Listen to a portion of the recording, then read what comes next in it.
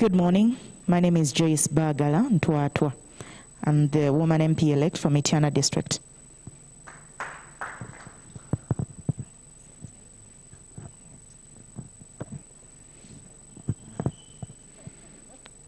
Good morning, everyone. I'm called Kavanda Mkwaya Gerard, a professional teacher and a political assistant to Joyce Bagala Ntuatwa. Thank you very much. Good morning, ladies and gentlemen. My name is Mutesi Barbara. I work with Open Space. I'm humbled to be part of this discussion. Thank you.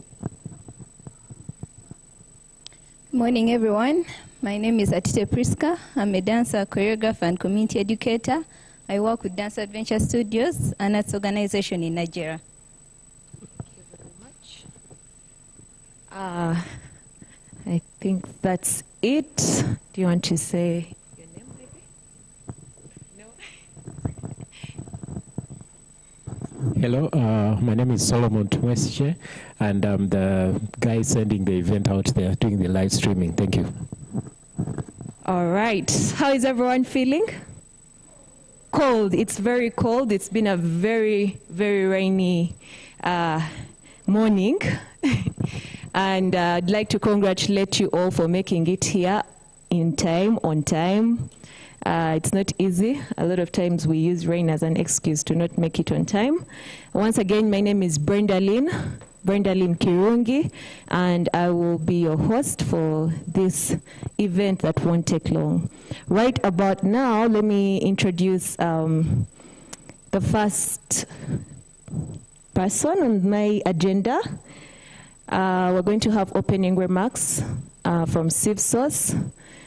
And then after that, we shall have a word from Public Policy Institute. Allow me to introduce Malcolm Mpamizo, Program Associate at CivSource, Consultant. Please, the floor is yours. Thank you very much.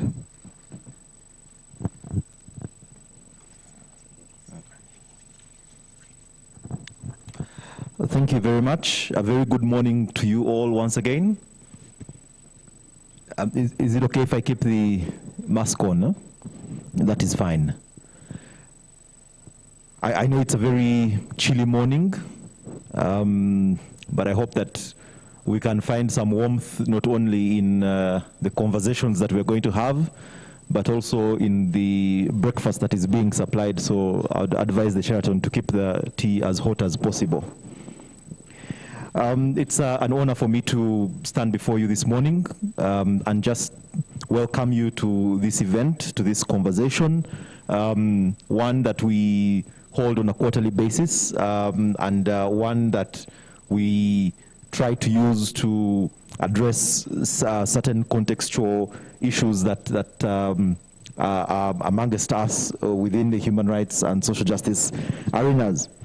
At CivSource, we are certainly proud to curate spaces and platforms that provide for meaningful dialogue among stakeholders, among civil society in its broadest sense, looking not only at NGOs, but at various different actors within the civic space.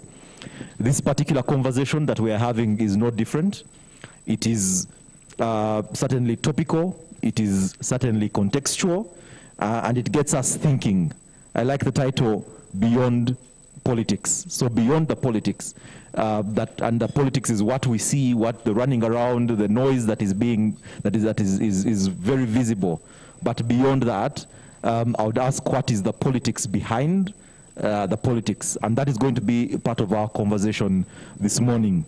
I would like to thank PPI for graciously leading this particular conversation and being able to put all of it together. I would like to thank our panelists for having accepted to be a part of this conversation, to share their thoughts, their experience.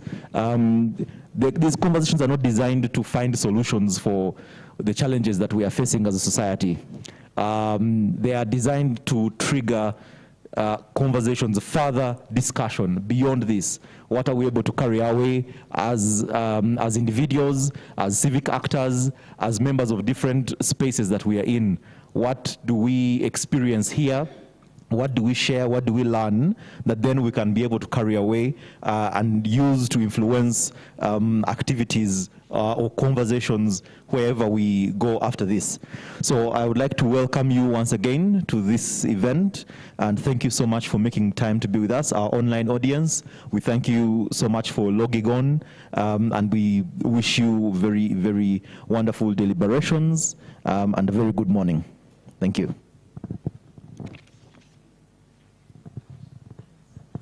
Thank you very much, Mr. Malcolm Pamizo. Allow me to not waste any more time. We're going to have a word from Mr. Emmanuel Kitamirike, Public Policy Institute, and then the panel discussion shall begin.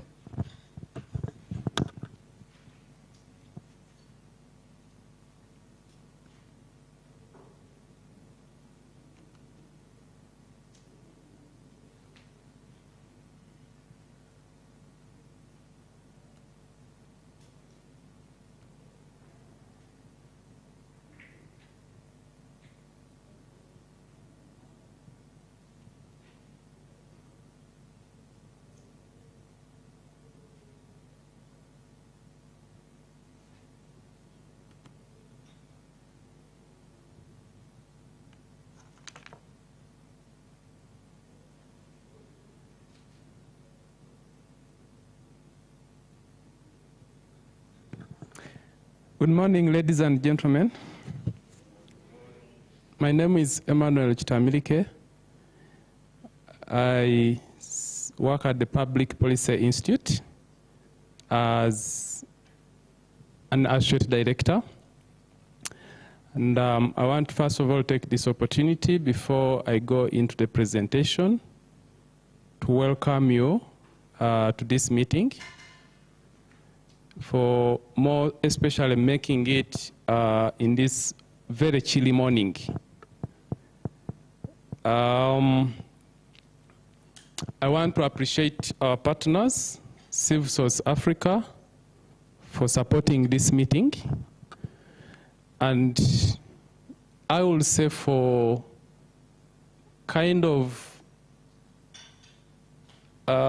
what's the word I can use? Going into, I would say, is it chartered waters or why? Because we've not had structured conversations on the post-election processes or process. But more specifically, we chose us as PPI Civil Source to look at something that is emerging as interesting in the recent political process, which is the emergence of the artists onto the political scene. And what does this mean for our politics in this country?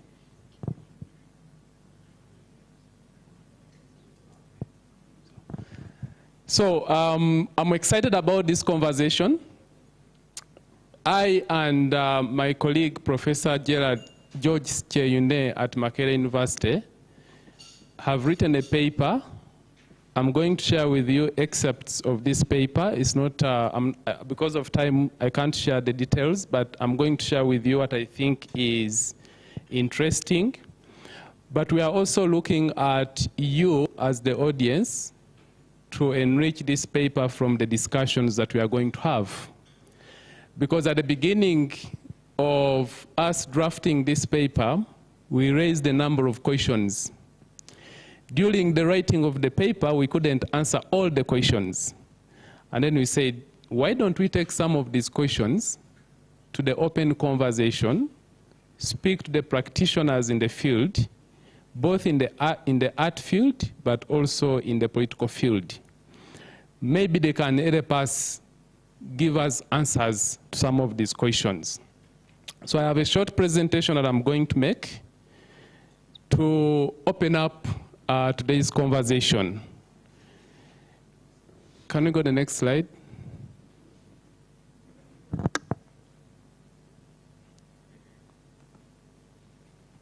Okay.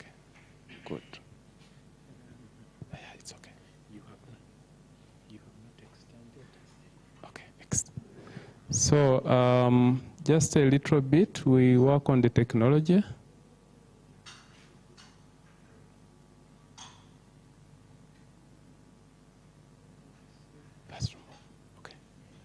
Okay, thank you so much. So by introduction, we all know that we went to the polls in January 2021 to elect the president, members of parliament, which is the 11th parliament. And I want to take this opportunity to congratulate our two members who were successfully elected the next parliament. And who are going to be part of this panel. We are looking forward to hearing from you your perspectives on how the political process happened, but more particularly on the questions that we raise. Unlike previous electoral contests, the January 2021 general elections were not business as usual due to the COVID-19. We are all aware of this. Because of COVID-19, we all know that the Electoral Commission released or revised its roadmap and proposed that elections will be held in a scientific manner. And we all saw what science meant as far as the electoral process was concerned. That means that we could not go and do our usual rallies. That meant that we then had to use mainstream or social media to be able to reach the voters. Next.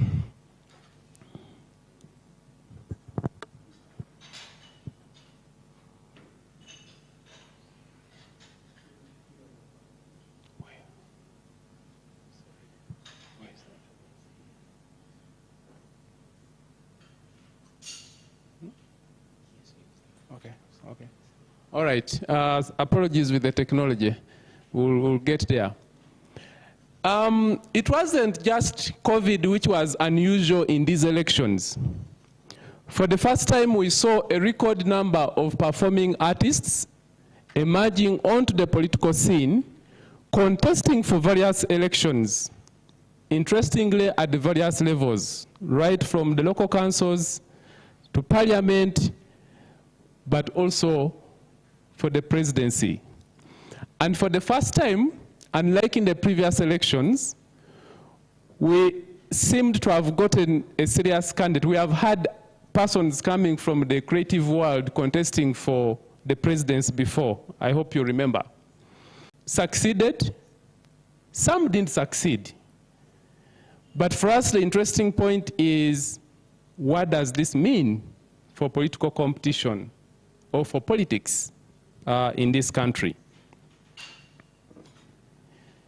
So in today's discussion, we analyze a new political climate in Uganda where artists in various disciplines have taken a bold step of vying for elective political offices or office. More specifically, we make inquests and attempt to respond to some of these questions. I told you in the start that as people writing this paper, we raised a number of questions. We attempted to respond to some of these questions in this paper, but as I told you, we didn't have answers to all of them. And we said we will bring some of these questions to the open platform so you guys can help us enrich this. One, what could have changed in Uganda's political landscape that motivated artists to join politics? What is the motivation? What inspired them to get onto the political scene? Okay, you remember in the previous episodes, they have been escorting others. They have been cheerleading, they have been supporting, they have been singing and dancing for others. This time they said, no, we will get in there. Two, what were the factors in the electoral process that worked in favor of these artists or contestants from the creative world? Because we are saying that yes, in the previous elections, we had some of them participating, but they were not successful. What changed in their own favor? Is the electorate getting tired of the elites who seem to be out of touch with the reality? That's another question for our conversation today. Okay? Are voters looking for a new cadre of leaders with whom they can share a common intellectual and social ground? Are the elites out of touch with the ordinary Ugandans? And therefore, the voters, the ordinary Ugandans, are trying to find people who understand their situation. And lastly, have artists liberated themselves into political activists? Are they now not just singing about politics, but also partaking in direct political activities? These are some of the questions that we want to interrogate this morning. And I told you that in our paper we attempted to answer some of them, but we may not have answered all of them to our own satisfaction, because we reached somewhere and like, okay, what does this mean? And we are happy to have this conversation. So, but a bit of understanding the creative industry, and I know I am not a specialist in this area, especially when you have some of the more experienced people, but I tried to, we tried, me and my colleague who are writing this paper, to make sense of the creative industry as it is. So to get a sense of why and how artists have imprinted themselves onto Uganda's political discourse, it's important to appreciate art itself as a reformer of politics.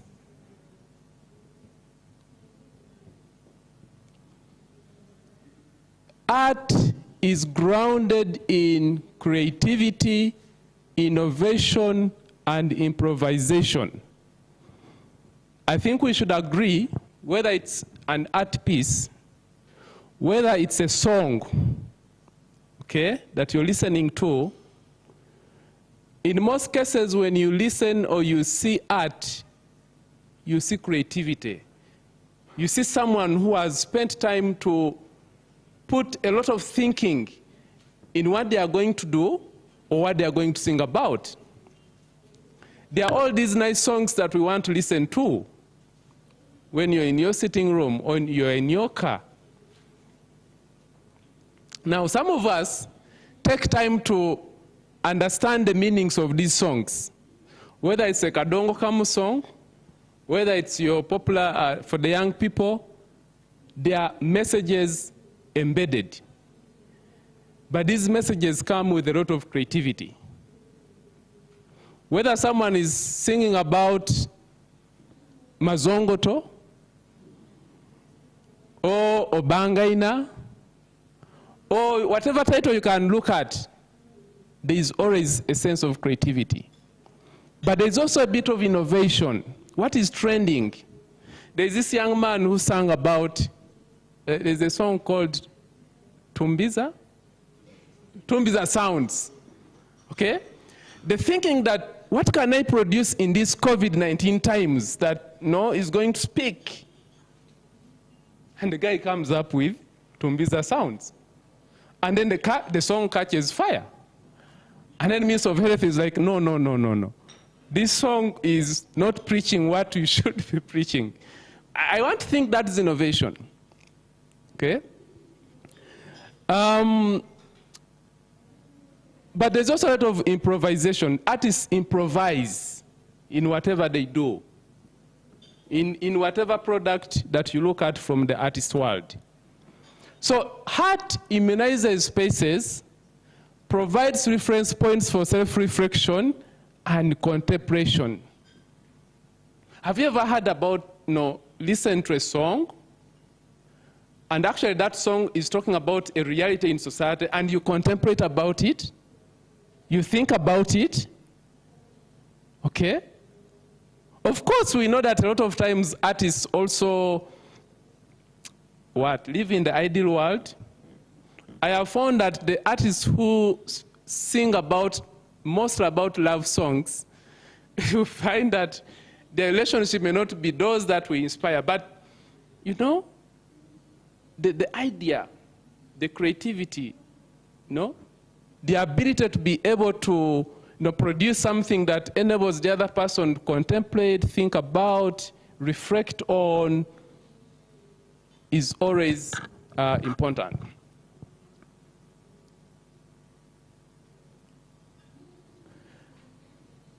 Because it trains us to be reflective, artists can apply skills of comprehension on complex issues in our social life. This is important. Because it trains us to be reflective, artists can apply skills of comprehension on complex issues in our social life. There's a way they pick up issues in society and then perform, sing, or dance, or act about these issues. And, they deliver a certain message, which message then makes you appreciate what you thought was a complex issue. However, some people in positions of power and influence have often relegated art to the fringes of human development. A misconception that artists have used their advantage, as we have seen, or we are going to see how it happened in the just concluded elections. And I will give you examples. One, I think in the last couple of years, we have had debates about doing away with the national, it's called the Uganda National Culture Center, but we know it as the National Theatre. You've had that conversation. That government wants to put there a stalled structure. Isn't that a failure to appreciate what this structure means? But we have also had instances where people have debated whether we should have the Uganda Museum there. Can't we take away this? This is prime land. Can't we give it to investors to build there, an arcade or a hotel? Why? Because people in positions of power and authority don't fully appreciate art or the creative industry. And they have not taken it serious. I think it is until recently, that some people in the politics are now, seeing the creative industry as a force to reckon with. Recently. So fast forward to the 2021 general elections. Performing artists, especially musicians and comedians, stormed the 2021 presidential, parliamentary, and local council elections in an unprecedented way. So we have all various kinds of artists that came onto the scene. But majority of them came from the music industry. And maybe from comedy. The mayor for Jinja City is a comedian. And there are many of them that emerged. But most of them were from the music scene. So using music, many rose to celebrity status before the elections. Some sang about the social and economic injustices that connected with the wider society. Okay? In many instances, music about social and economic injustices transcends political and ethnic boundaries. They sang about what is happening in society. What are the injustices, whether social, economic, that are happening in our society? Okay?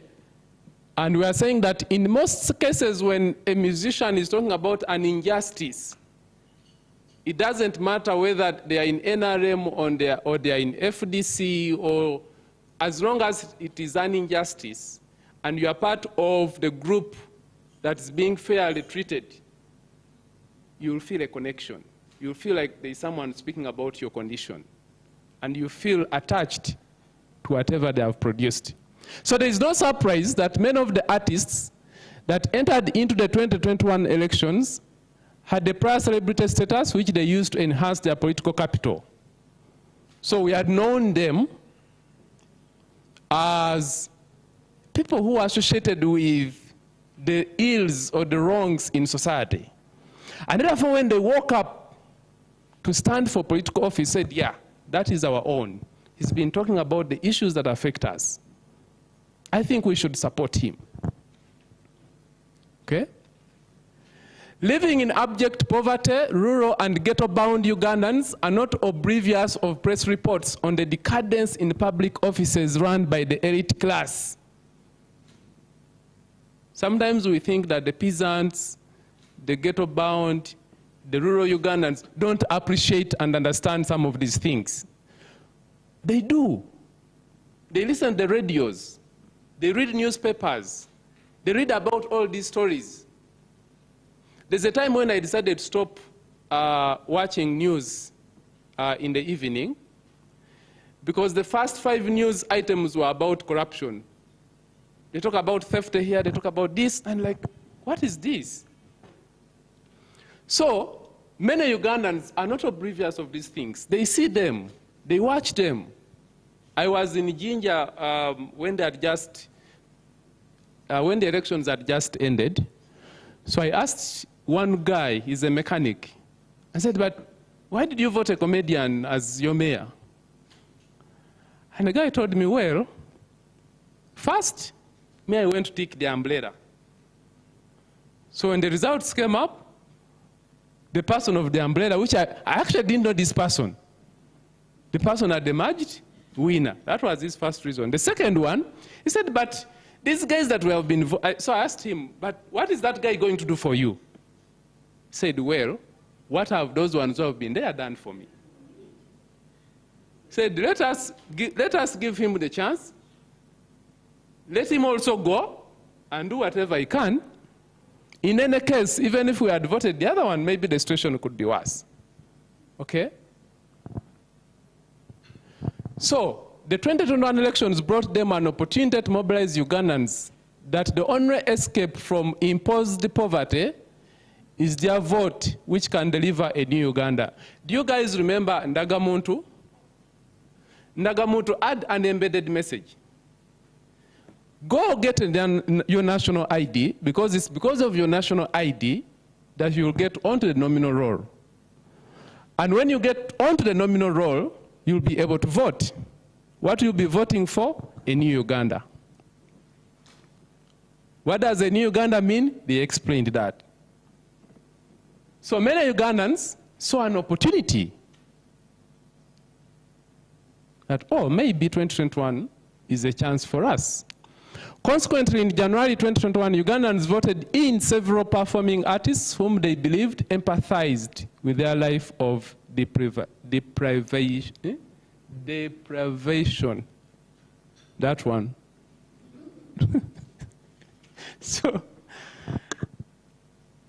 So now the question is, and this is why we fought a bit of a challenge, but we're looking forward to the conversation. Will the new administrators and legislators offer the needed change?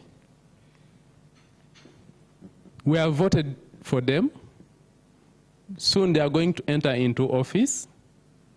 Voters had expectations, or they have expectations. They believe that there should be a difference.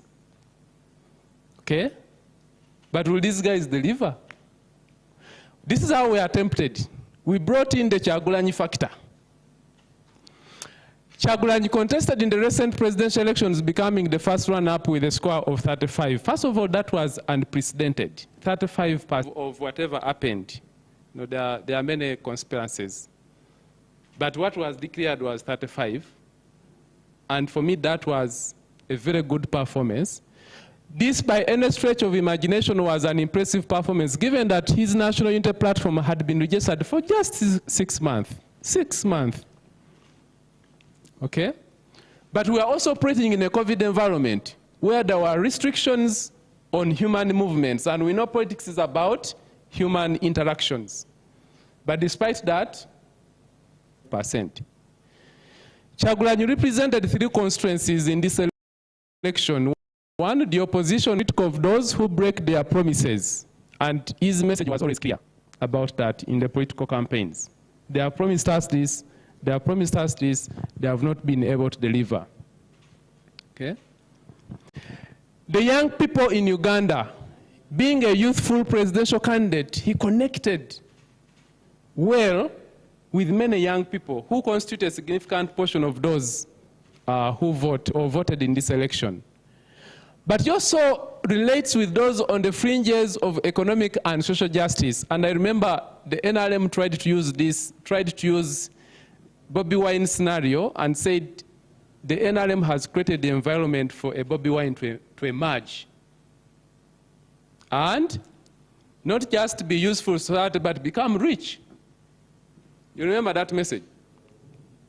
But it was a message to many Ugandans that as the NRM government, we have put up a very conducive environment for you as a Ugandan to do your craft and get rich.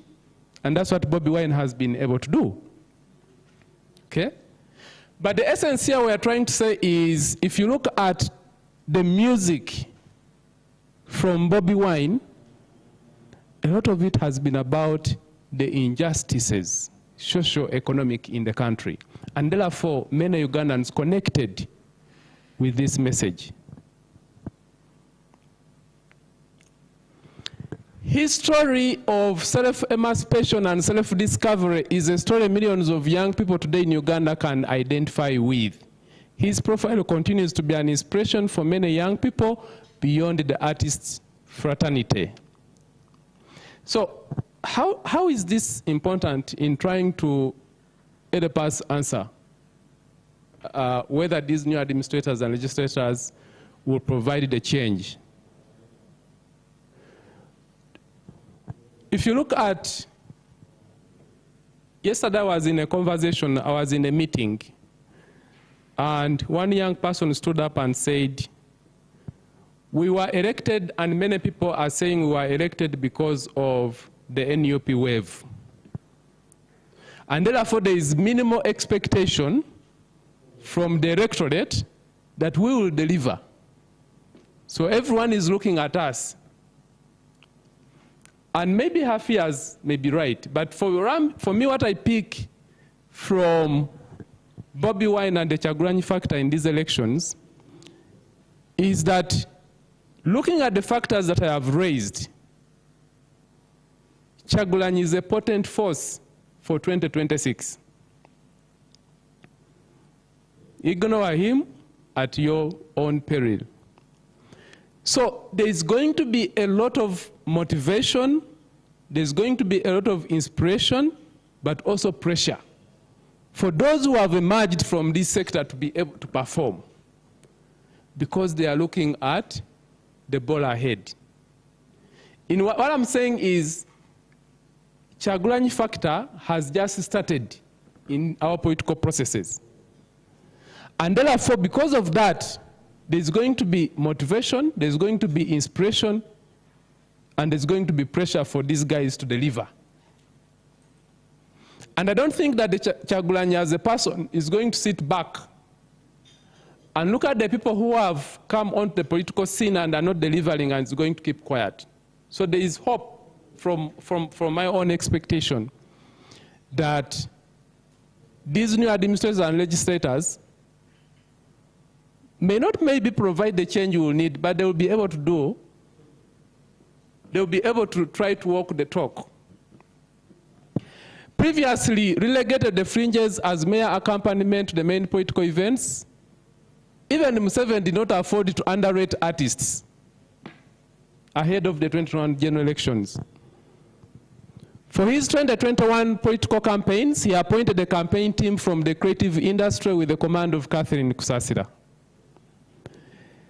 Although these efforts did not bear fruits, okay, looking at the results, well, someone can look at the bigger picture and say we won, but you see the reason why the Catherines were recruited was to deliver Kampala and the central regions.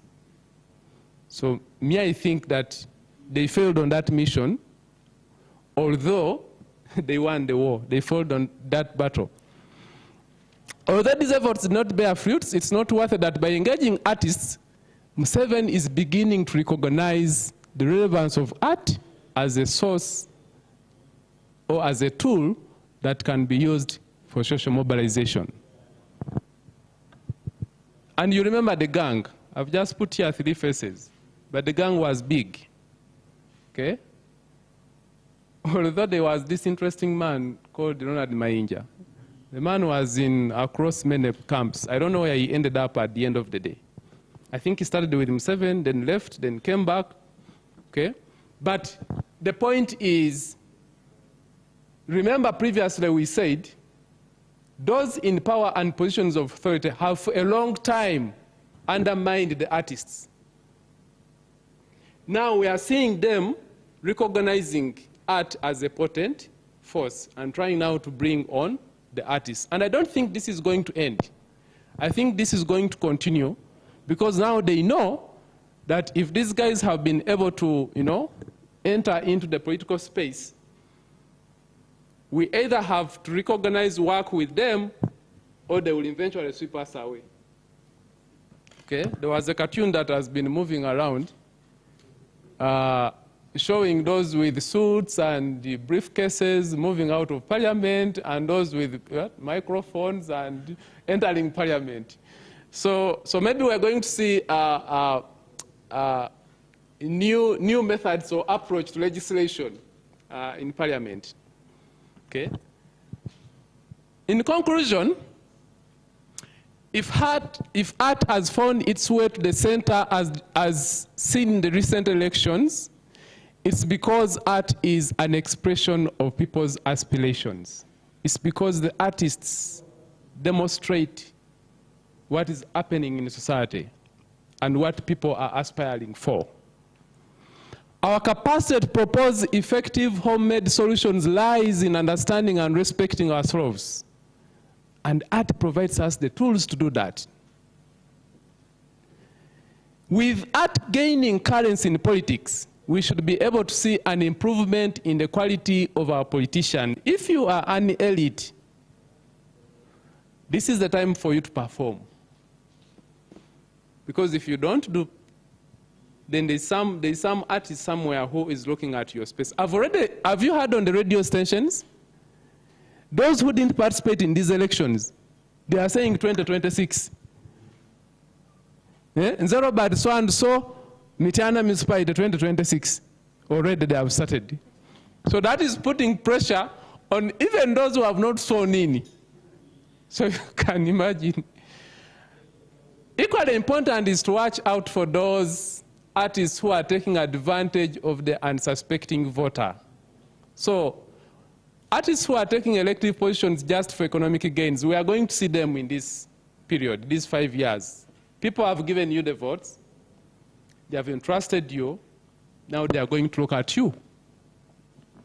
Have you gone there to side with the oppressors, to make money, or to continue to speak about their concerns? Okay? Such people misrepresent the capacity of art to reform politics in Uganda. Thank you so much for listening.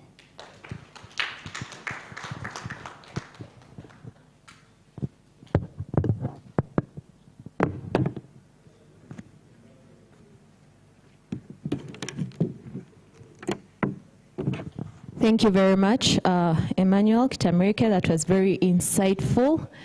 I like how you went into details. As a practitioner of the creative arts, my name is Brenda Lynn, once again, just in case you've forgotten. I'm going to be hosting you for today.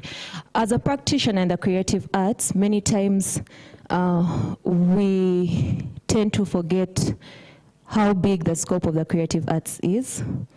So just before we go into the panel discussion, we know that the creative industry basically includes, creative ways to generate income, innovative ways to do it, and basically building a creative economy. And so we want to understand, when we say creative arts, are we talking about musicians only, artists, or do we know how the scope of the creative arts? So I'll just list a few so that we go into the discussion, knowing that we are not only talking for the musicians, but for the entire creative industry and potential creative economy for Uganda. Yeah. So we have one of the biggest employers in the industry, which is TV, media, and film under the creative arts. We have music and performing arts. Music includes those who are producing it and those who are working in the same industry. You have the artists, the instrumentalists, the DJs, the vocalists, and so on. And then we go to publishing, which also is under the arts. Publishing, you've seen the poets, the writers. A lot of people under publishing fall under the creative arts. And then we go to museum and galleries. Marketing and advertising is also under the creative arts. Software engineering and anything IT related still falls under the creative arts. And then we go to, have I left out? They are very wide. Oh yes, architecture, surprisingly, falls under the creative arts. So we have in this room a number of artists, practitioners in the creative industry. We have dancers, poets, people who are doing the policy work, who are writing papers, who are participating in creating the policies. And so when we join this discussion, we're going to have to consider the different elements. Thank you so much for listening. Right about now, I'd like to invite our panelists for the discussion. We have very important guests for today's panel discussion. We chose this particular guest because of the experience and that they have in the creative arts, the experience that they've had, and the positions that they hold now to influence the direction of the creative arts in Uganda's political ecosystem. Ladies and gentlemen, right about now, I'd like to invite Ms. Joyce Bagala, woman MP-elect, Kasanda District. Ms. Joyce Bagala, please put your hands together for Ms. Joyce Bagala. For many of us, we have seen her on TV, on the news, Amasengeje. Yes, Amasengeje. We've seen Mityana, yes, oh my God, let me make a correction. Ms. Joyce Bagala is the woman MP-elect of Mityana District. Wow. Congratulations. Ms. Joyce has been very tenacious. She has tried, I think, twice before for the same post. Yes? Once. Yeah?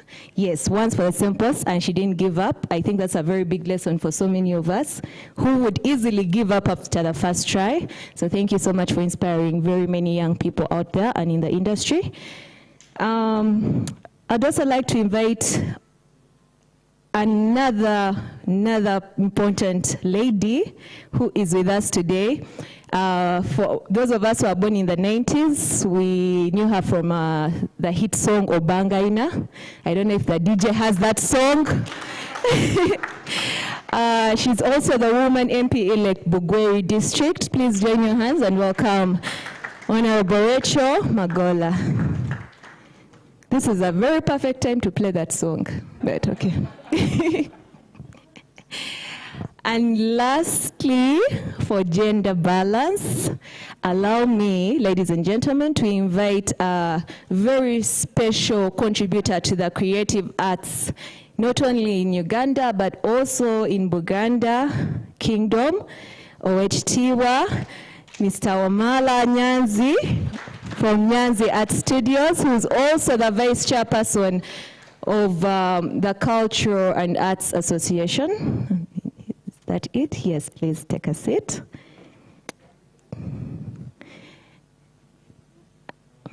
So, a few ground rules. We're not going to interrupt the first few minutes for each of the panelists. They will each have 10 minutes to talk about theme topics that I will be able to give them. And after that, we can have a plenary discussion where you can be able to interact and send in your questions. For those who are streaming on YouTube, please send in any questions that you'll have for our panelists. For those who are on Facebook, Zoom as well, there's a link. If you don't have the link, please ask me for it so that we share the link and have more people participating in this conversation. All right.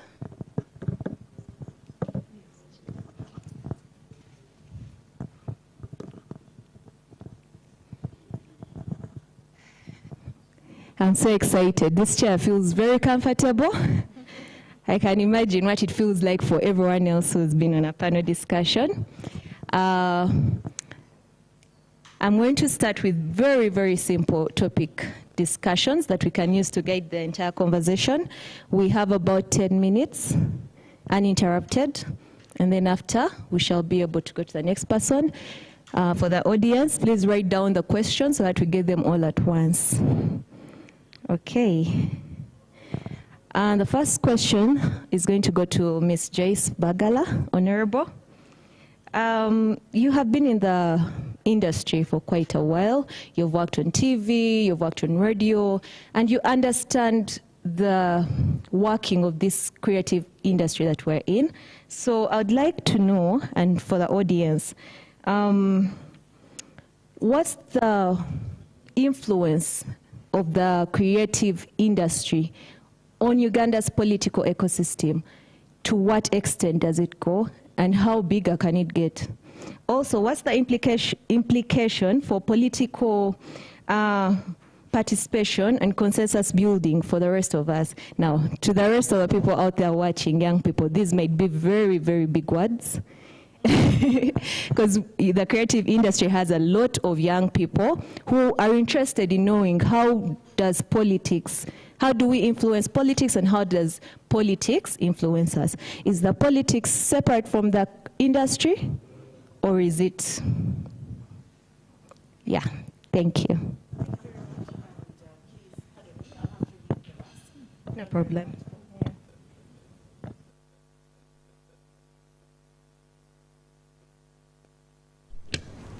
Well, first of all, I would like to appreciate Public Policy Institute and SafeSource Africa. When they first invited me, I was about to decline, but I had declined about 4 interviews when the call came in, actually a WhatsApp message. So I said to myself, let me just accept, even without knowing the magnitude of the discussion. So I only accepted because I had declined that in a few minutes about 4 interviews. So I'm really glad. This is a very good opportunity for myself and for everyone else, because being part of a creative industry, but in a different sector, gives me opportunity to express what I have experienced, but also hear from others. First of all, like you said, my name is Joyce Bagala Ntwatwa, and I'm the woman MP-elect for Mityana District. I am a journalist by profession, and I have practiced journalism for, I think, the last 15 years. I have worked for radio most of the time, for over 10 years in radio, and then 5 years in TV. So the influence of the creative industry on Uganda's political ecosystem, one may wonder, political ecosystem, what does it mean? Well, the relationship between politics, the economic, and the social factors, that is where the ecosystem is, the chain. How do they relate, their relationship? And for someone like me who is a journalist, the influence of the media industry or TV on Uganda's politics dates way back, way back. For those of you, you said the young people may not understand some of the things. I know the young people these days actually read a lot. For some of us who were here at the time when there was no internet, just getting used to the internet. But for the young people, a child as young as 4 or 5 know how to Google and look for a number of things. So you may find that a young person will understand what happened, for instance, in the guerrilla war of 1986. A young person will understand who Ian Clark is, or Wafula Ogutu, and their contribution to that war. They're journalists, and one is wondering, how did they contribute to the war? The war is both social and political, but also economic, because there are resources that are being spent. So if you come to the 2021 general elections, Joel Chitamirike said most of the things that I thought of saying in regards to the creative industry and the politics of Uganda. First of all, We in the creative industry, we humanize so many topics that would otherwise be very complicated. We make it easy for us in the media. You run a story that people watch, for instance, Honorable Rachel Magola as a musician, and people idolize her, and people think, oh, this is a celebrity, oh, how does she eat, how does she dress, who does her makeup? And what we do as the media, we humanize Rachel. We bring her closer to the society. We bring her closer to the society so that people then get to understand, oh, she is a celebrity, but well, she has a story to tell through the stories that we tell on TV and on radio.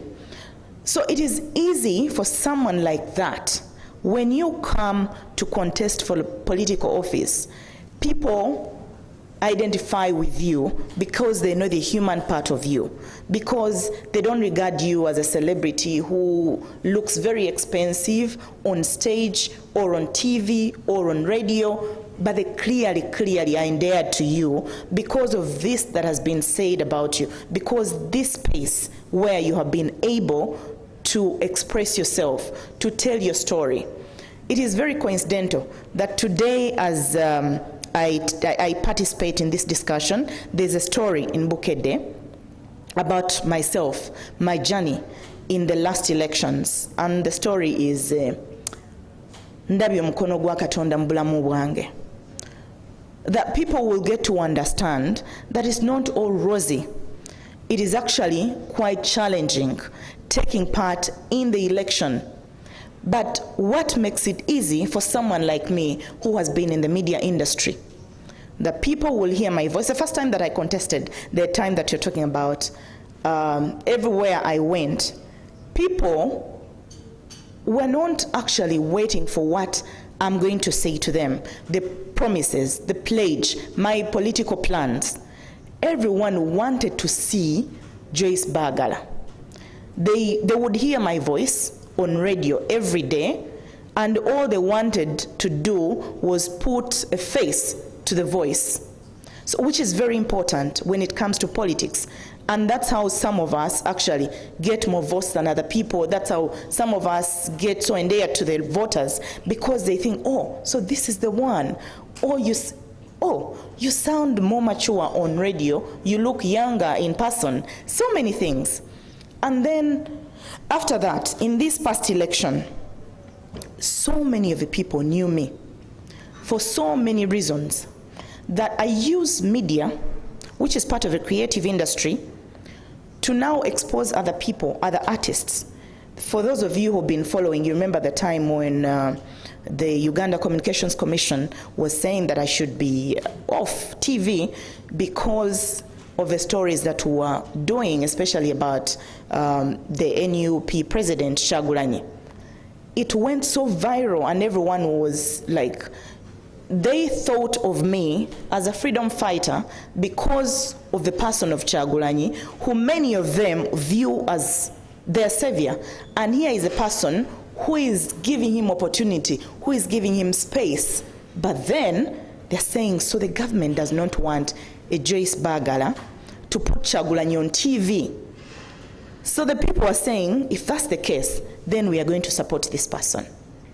So that's how the creative industry, in a way, influences the politics of this country. The way people view you and the things that you do in this industry, how you present yourself, how you express yourself, the values you stand for as you actually work in that industry. So then, how does all this relate to nation building? How does all this relate to that ecosystem, the relationship between the economic, the political, and social factors? Like I told you, when you are a journalist, you actually don't have a lot of money. You don't get such a pay. Incidentally, when people watch you on TV all looking very beautiful, you know, when people look at makeup, they think that makeup comes with, you know, you look money, you look loaded. In real sense, that's not the case. So how do you relate that? How do you explain to the people that, look, I am working on TV, I have the same values, I hold the same values like you do, I have the same aspirations, I want to see my society better, and then you need to help me. For some of us in the creative industry, I'll tell you, because I've worked with most of those guys, I worked with Chagulanyi, who is my president, I've worked with Hildeman, we've been on the trail together. There's a way people understand it, understand us differently. It is not the same way they'll understand a different kind of politician. Actually, people get to understand that, oh, these are actually like us. They are ours. They've been singing about Kadingo, about hygiene. They've been singing about Tugende Tulonde. They've been singing about all those kinds of things. If you look at someone like Hildeman, who is now the MP for Maokota, where the Honorable Amelia Chambade was, remember the first time his song actually was a curtain raiser for Amelia. And he made people to love Amelia Chambade. So eventually he said, but look, no, I am an artist, but I can also hold this office. If I did it for someone else, I can do it for myself. Same applies to media. You give opportunity, you give space to politicians, and then you start to think that, look, this which this person is saying, this which they are promising, I can actually do it. This what they're saying in Parliament, I can actually say it in Parliament even louder. That's how you come to, that's where the relationship is. That you may be in the creative industry, you join politics because of what you do, but also because you've been able to interact with those who are already there. Not to talk about the other issues of how it also brings in money. The creative industry is not merely for entertainment or for education, but also for money, which is the economic factor. And then society, all the things that we bring out in the creative industry are matters of social factors. Be it health, be it education, be it whatever it is, it's about society. And that's where the ecosystem comes in. And I can say maybe there's just a challenge right now. People are saying so many artists, will they be able to deliver? Maybe I should give a reassurance. Before you ask yourself, let them give us the opportunity to be there, to get the experience and work. We will serve the people, but I am quite sure about that because we already know the issues at hand. Yes.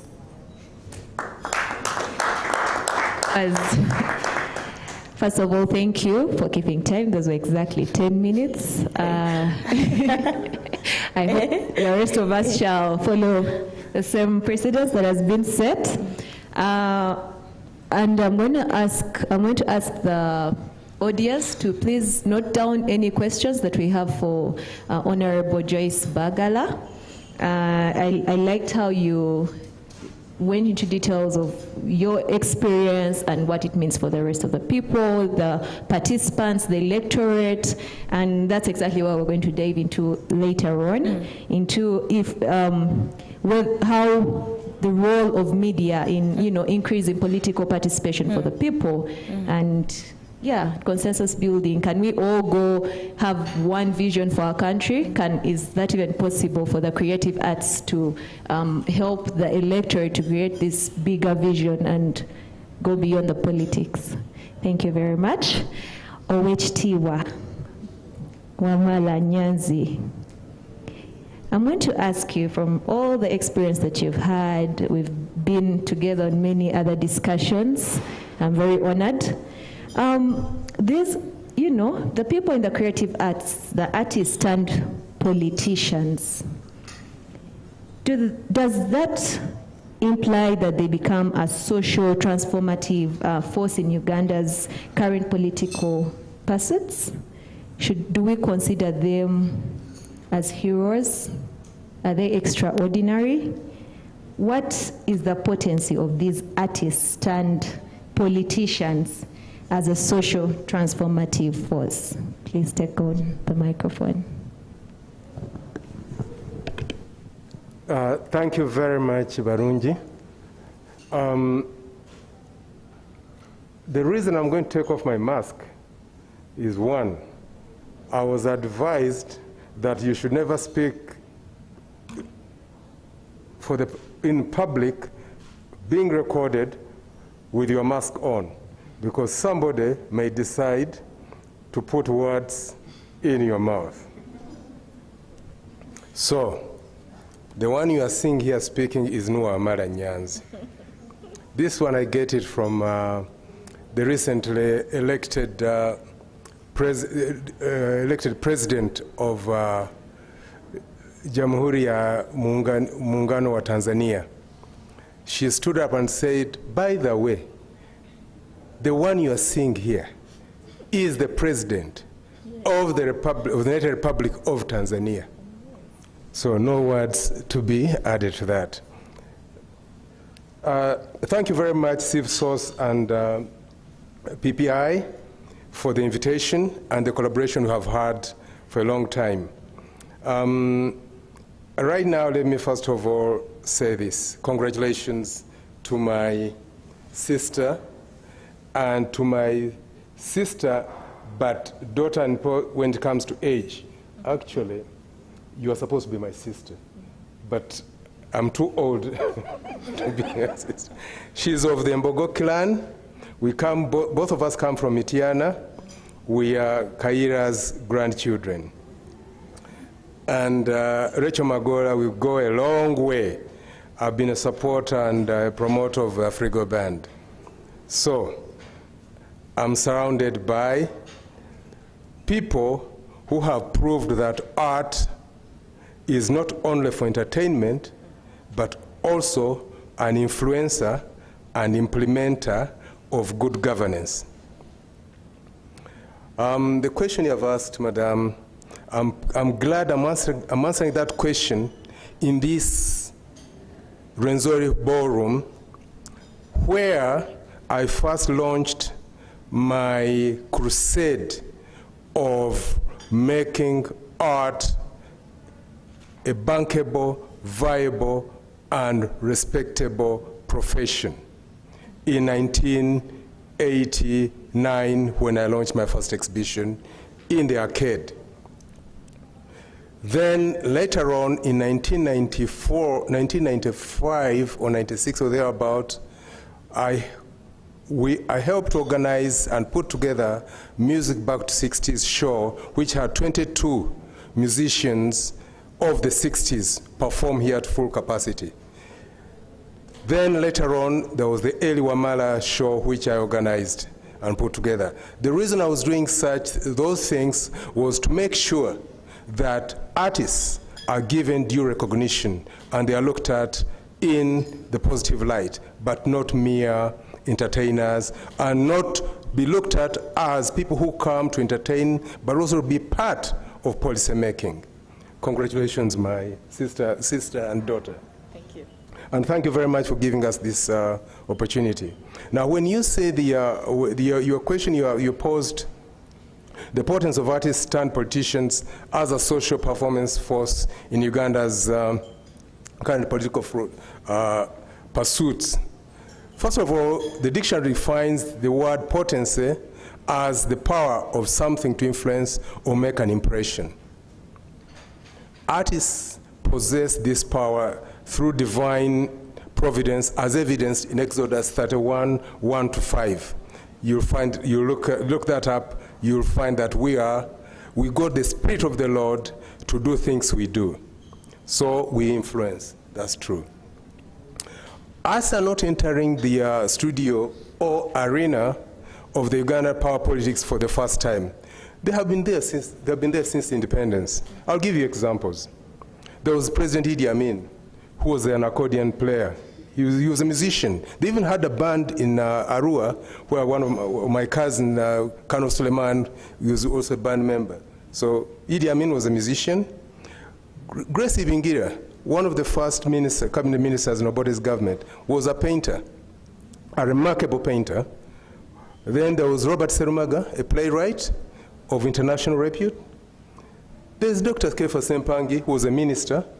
Serumaga was a minister in the Lule government. Kefa Sempangi was a minister in Obote II government.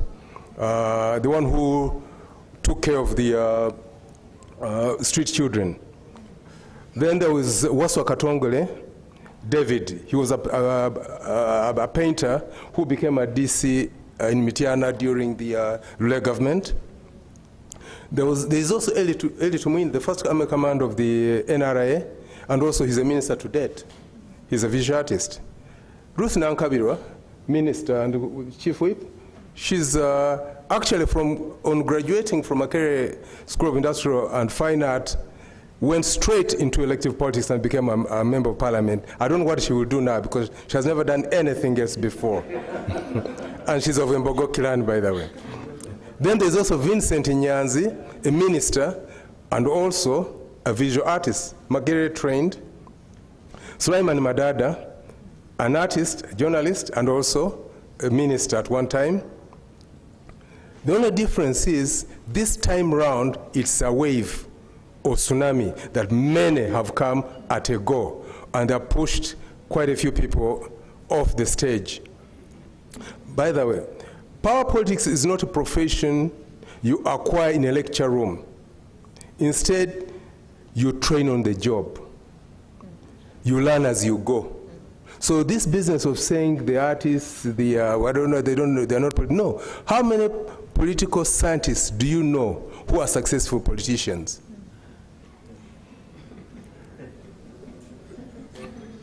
You'll answer that later. That's why you find the majority of successful politicians didn't study political science. Yet those who study political science do not dominate the political space. An artist is gifted with the ability to transform an idea, vision, or dream into a visual audio form. They are able to successfully portray or depict issues that affect society in a space of A4, just a mere sheet of paper, or on a stage or screen. They bring, like you have ably put it, you bring the people, the issues of the people to the fore. In so short a time, just 1 second will determine a century's occurrence. Something that happened the war, the Royal War, took 5 years. In 1 minute, it can be displayed to you, and you'll understand it completely. I read the New African magazine, which dedicates just a page to each and every country, but by the time you're done with that page, you understand what's going on in that country. Then artists are paid to be listened to. Politicians pay to be listened to. You've been paid to be listened to. Now you're going to start paying to be listened to. But I believe you'll use the artistic skills to make sure that you don't pay to be listened to. Artists are natural mobilizers and therefore can successfully mobilize population for development. Artists create stuff from nothing. That's why they have been able to create several jobs and job opportunities with little or no government contribution. I repeat, with no or little government contribution. Instead, government has continued to reap where it did not sow. Don't you see them receiving world-class performers and athletes, giving them VIP treatment, and it ends there. Next time they go through the normal route when they're going to compete, but when they're coming back, it's VIP. One of the longest surviving and well-run entities happens to be led by an artist. Who knows that entity I'm talking about? Afrigo Band. It has been there since the 60s. It is the only outfit, I would dare say, which remains strong to date. Governments have been overthrown, parastatals have been run down, companies have collapsed, but the one run by an artist still continues. Why shouldn't we expect artists to perform better and hold the fort? Of course, I would like to give credit and accolade to Mzee Wakazi, Moses Matovu. Greetings to Moses Matovu. Nkurabao. Interestingly, it's from the Afrigo Band that we have Obangaina. Rachel Magola. The population expects much from successful artists. That's why they voted you massively. Failure to deliver what they promise will be a betrayal of the people's trust. However, delivering on campaign promises has eluded many politicians as unassuming office. The same fate might befall this lot, but they should rest assured that the price of defaulting will be too dear. Don't you dare default, please. It is therefore imperative for the newly elected leaders to rely on their skills to provide solutions to community challenges using available meager resources. The bar of incoming honorables is high, and they should expect merciless criticism from fellow creatives because their failure will spell doom to those who hope to contest in subsequent elections at various levels. They have already started. 2026, we are coming. Now that they have been denied the opportunity to address the rallies, they should continue to deliver the messages in songs, poems, plays, visual arts for God and my country. Thank you very much. Wow. Let it be on record that this is the first panel to keep time, exactly 10 minutes. Thank you very much, Wechitiibwa. I love the statement, artists are paid to be listened to, but politicians pay to be listened to. That's a very powerful statement for the rest of us to reflect upon, and which also now creates a very big conundrum for the next panelists, because now we have to know, are you going to now start paying to be listened to, or are you going to be paid to be listened to? Honorable Rachel Magola, congratulations once again to the honorables present. Thank you. You've made us Ugandans, young people in the arts, and especially women, very, very proud.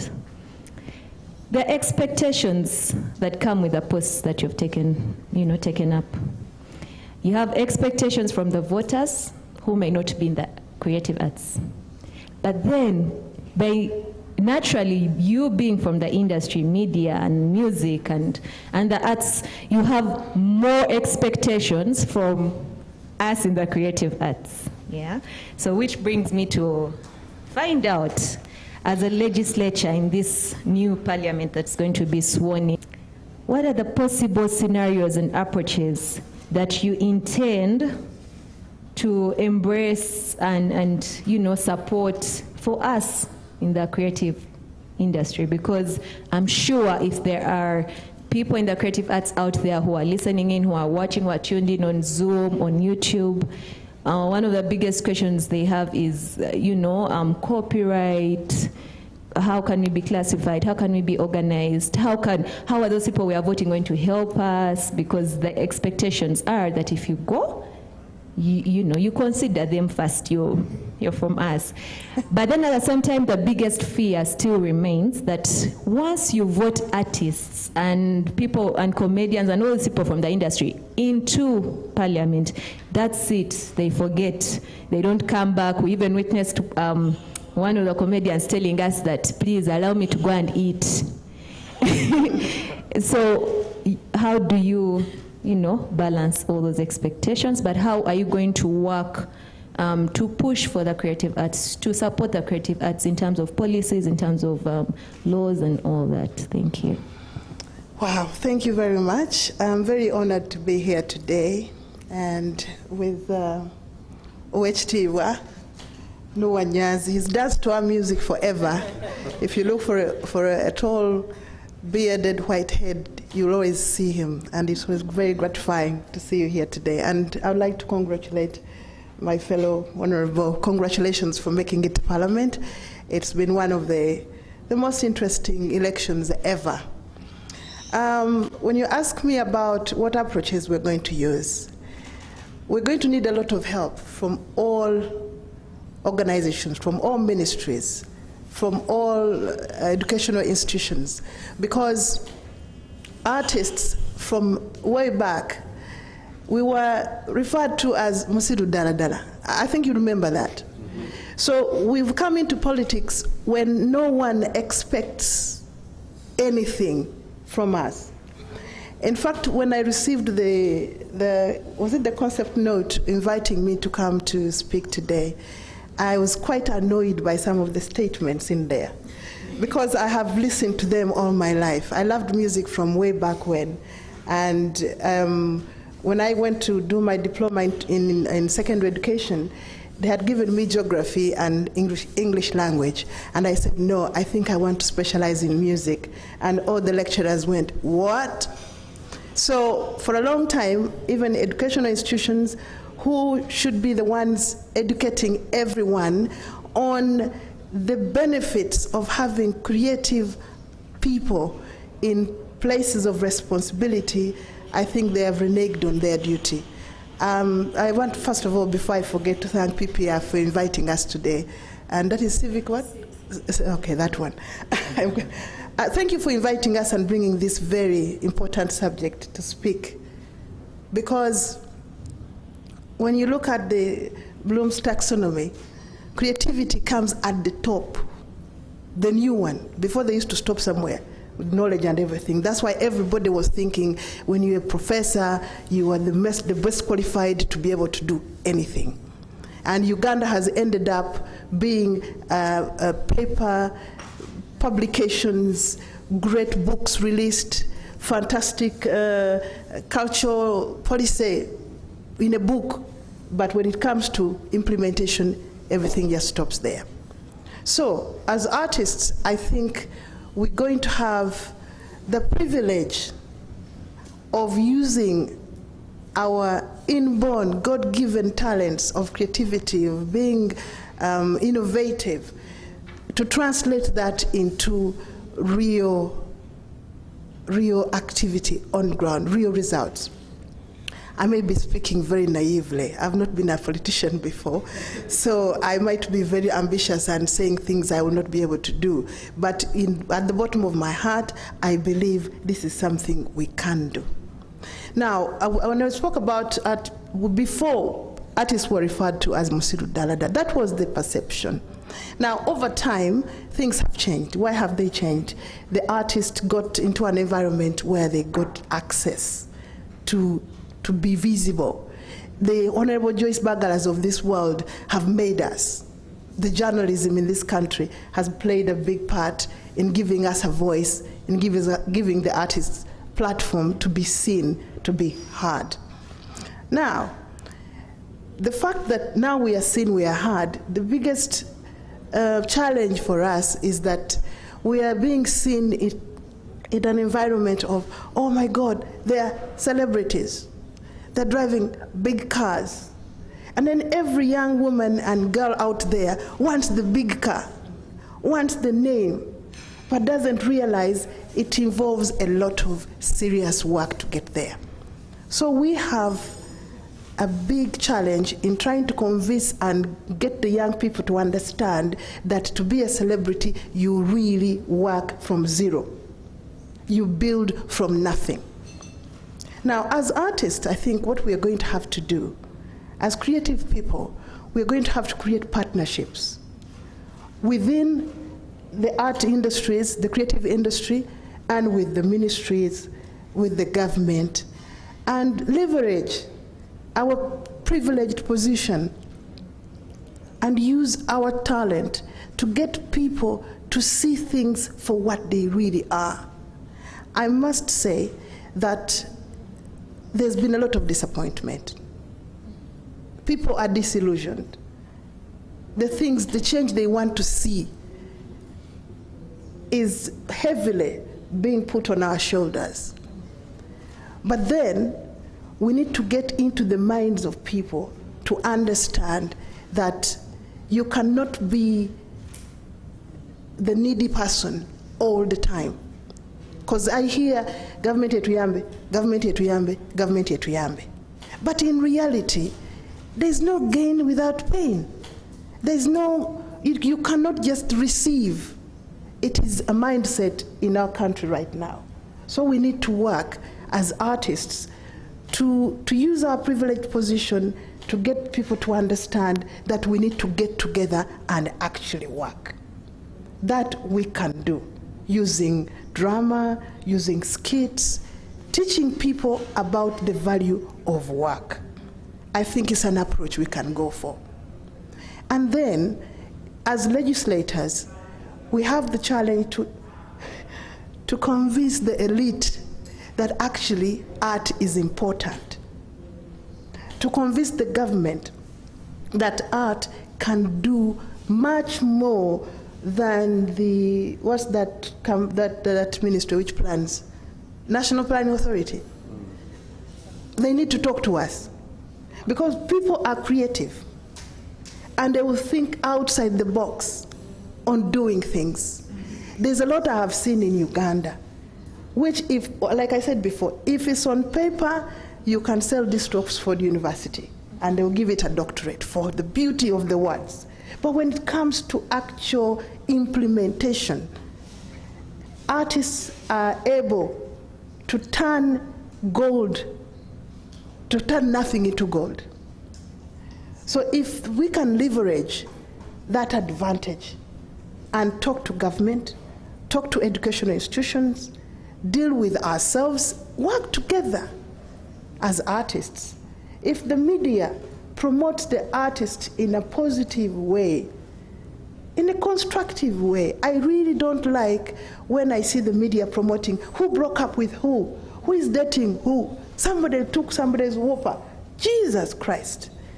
We need the media to promote artists in a way that builds constructive plans for those who are watching the artist. So that synergy between media and us and musicians, I think will do great things for the young people who are looking up to us.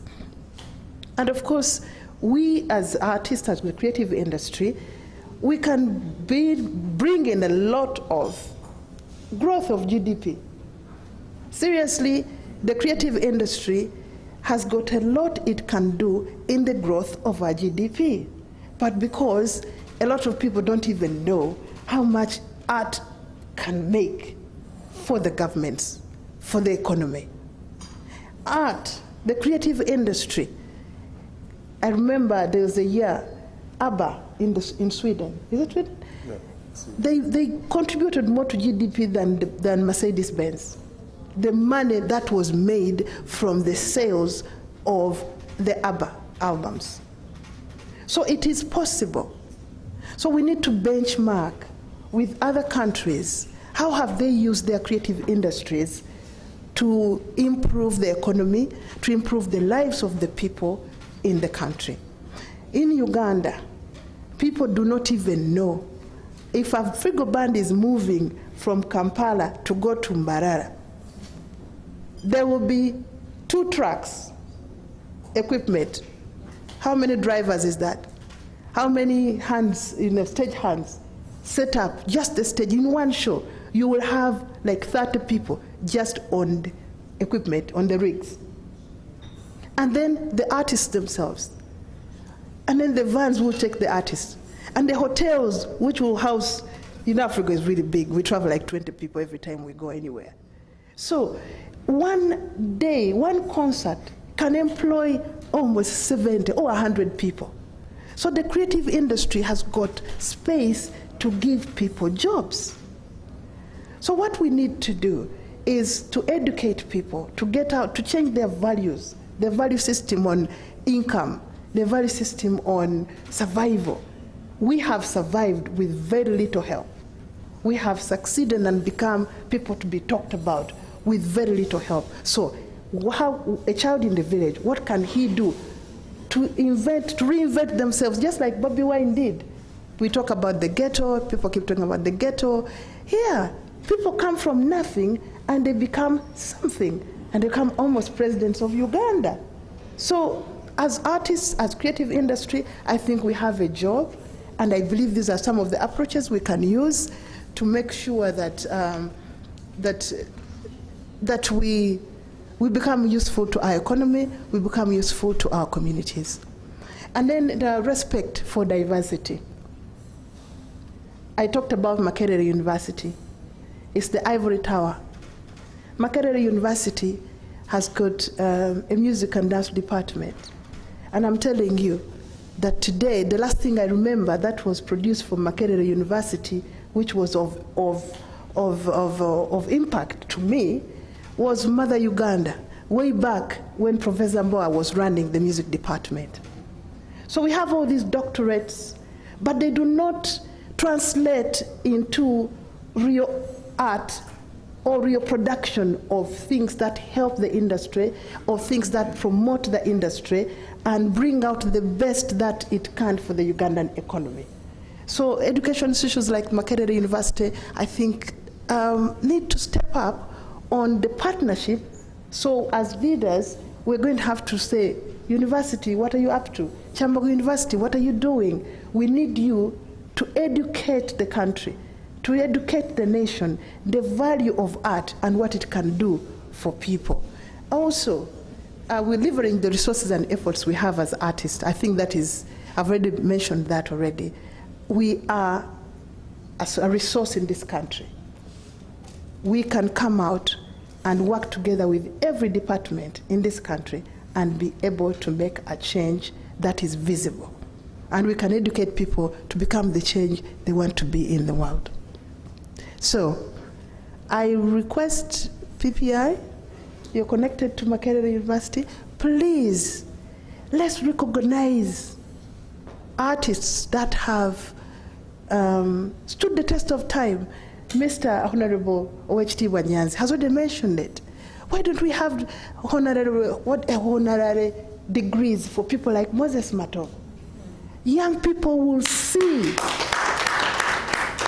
They will see, wow, I can get a degree because I'm good at what I do, I'm consistent, I've been able to run something for over 30 years and it's still a respectable business in this country.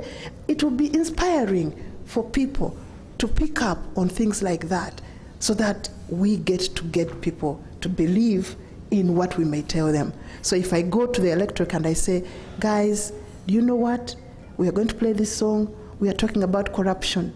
No corruption. It stops today. They will listen. And then when more people listen, then they'll start going against the corrupt people, wherever they are, even through a song. They will hide. They will start thinking, oh my God, a child is singing about me. We can use art to embarrass people for being corrupt.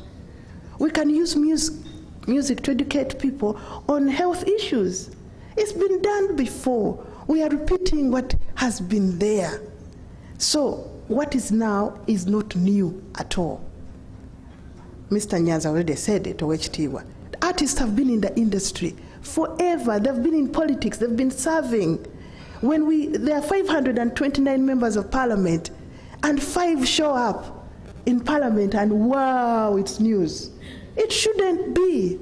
But because there is an attitude, oh, creative arts, they are not supposed to know much. Now, ooh la la, an artist wants to become a president. Oh my God, why? Artists have got the same ability as every Ugandan. But then it is multiplied because they are creative people and they are able to be innovative.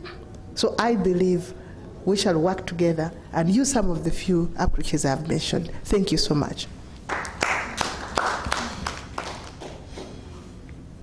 Another round of applause for our panelists. That was very powerful. I'm actually very impressed because you do go into the details of the education system, the role of the education system in, pushing the creative artists.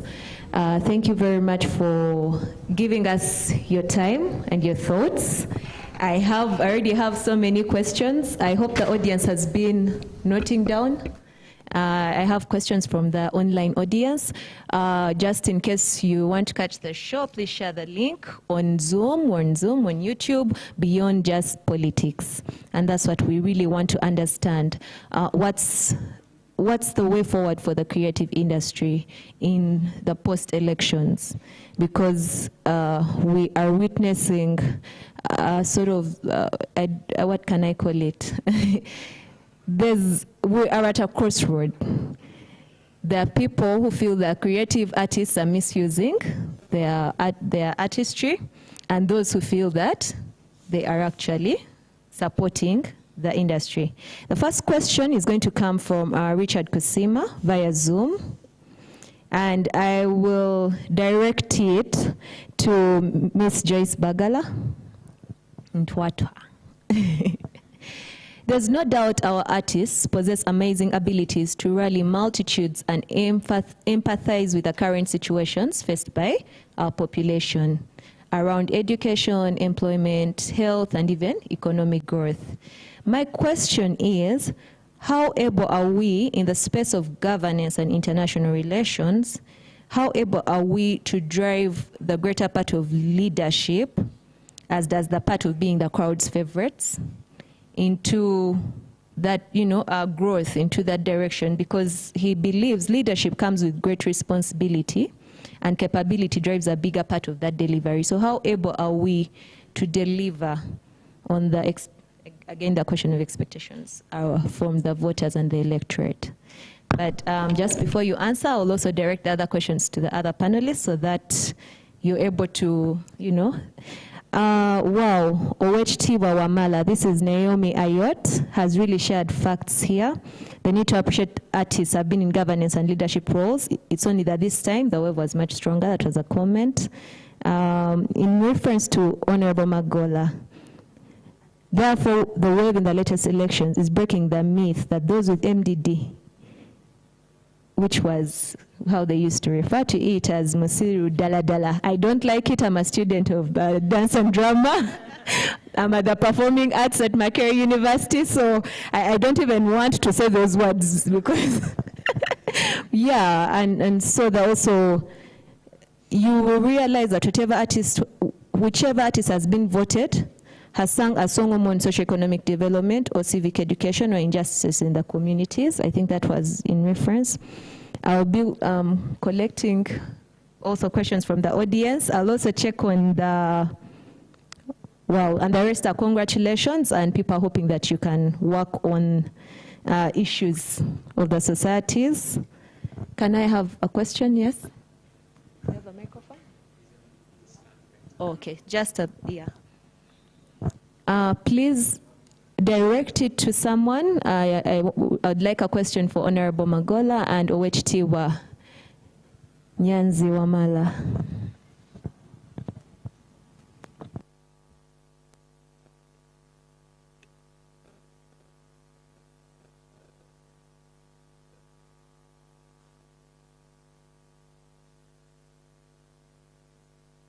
Hello. Thank you, panelists, moderator and the panelists. I would like to make my question very brief. My name is Mark from Lado Poetry House. My question is directed to Madame Joyce Bagala. It's on art space and media, and allow me briefly put it into perspective. Art space in this country is inaccessible, expensive for urban creative youth. When you look at media, we are looking at radio, TV, and online. It is almost impossible for a creative young person to take a proposal that is an art-based program on radio. And currently, English radio stations, especially in the urban centers, do not have art-related programming. They have a lot of music and a lot of political shows. What do we do about it? That is the same for TV. And when it comes to online, still the tax of OTT is still very hard to comprehend or even fathom why it does exist, and young people don't have access to online services. Facebook is still blocked.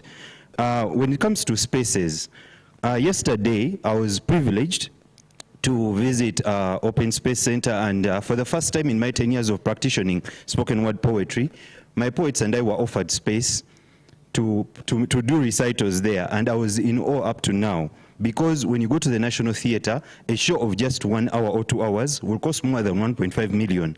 When you go to cinemas, it's still the same case, or if not worse. We are left with hotels which are still also expensive.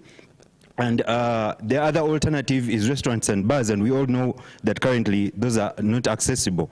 When it comes to theatres, the recent theatre, which has now turned into a church, the building that fell on 2 people, It's the same story with all other structures in the city that are now church centers. My own church, which I love very much, Watoto Church, when you look at it, you are in awe. If this was an art space that was available to urban youth, what kind of art would have come out of such spaces? So my question, Madam Bagala, is, as a legislature and also as a media personality, what exact plan are you going to have to lobby for access and affordability of art space in this country? Thanks.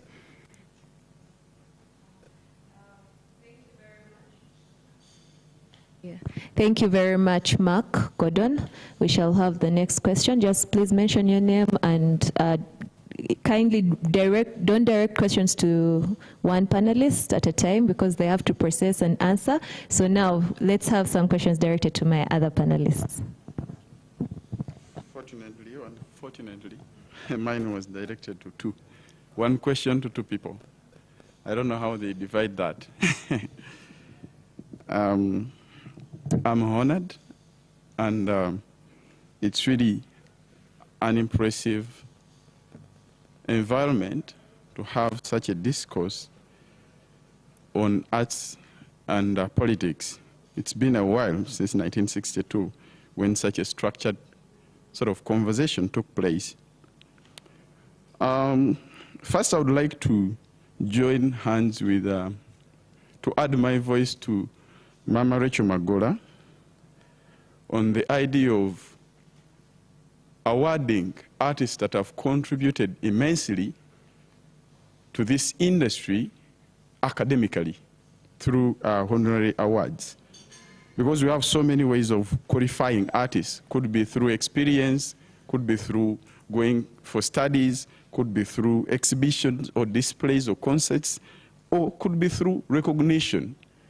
And you recognize OHT Wanyanzi, the public recognizes OHT Wanyanzi as a prolific artist. Then we award him in that circumstance. Now I go to my question, which I want to direct to the two MPs elect, Honorable Magola and Mama Joyce Bagala. In Uganda, artists seem to be intellectually confined to entertainment. And most recently, many orthodox politicians seem to brand artists rebels without applause. How do you reconcile this statement with your ability to serve as an MP elect? Thank you so much.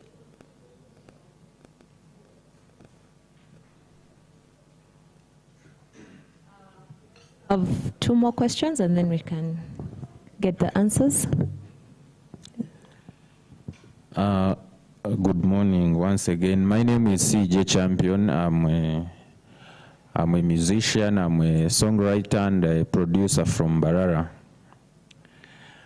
I'm going to talk about and also ask about copyright.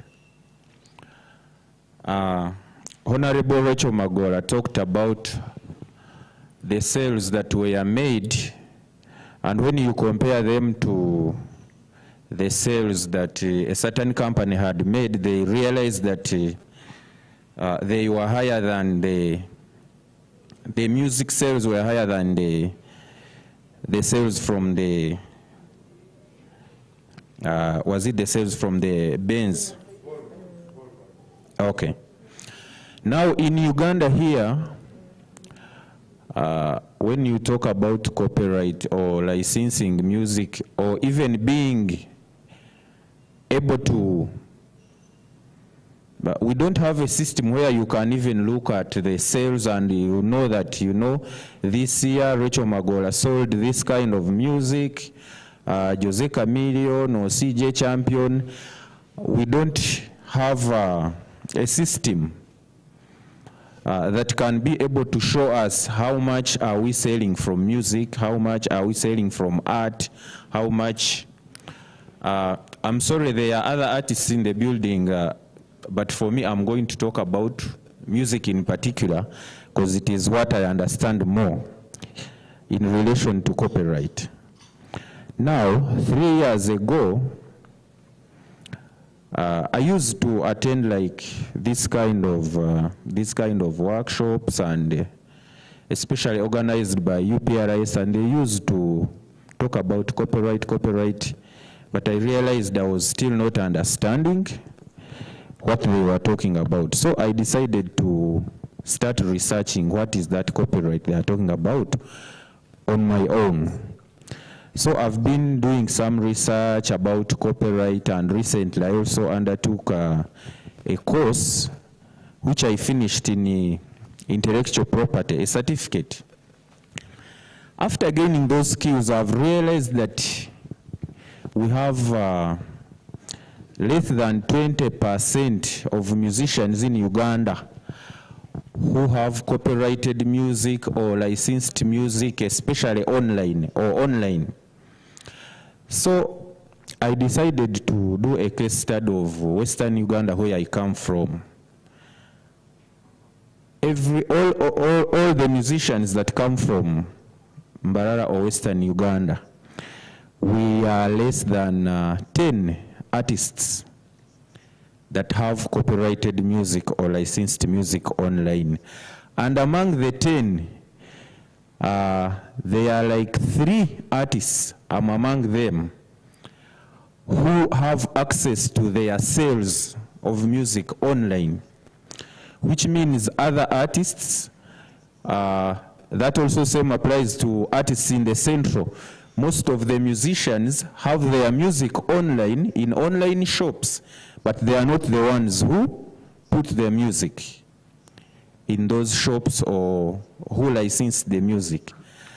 Now, if you look at that kind of percentage, how can we work together with the people who, because now you are honorable MP, Joyce Bagal at least understands entertainment, she's been in the media. How can we work with you people who are in these offices that have the capacity to make decisions or to do policies to make sure that at least majority of our artists can just put music or license music or put music in these online music shops and at least make some money, much as the audience is not yet picking into that direction, but how can we work together?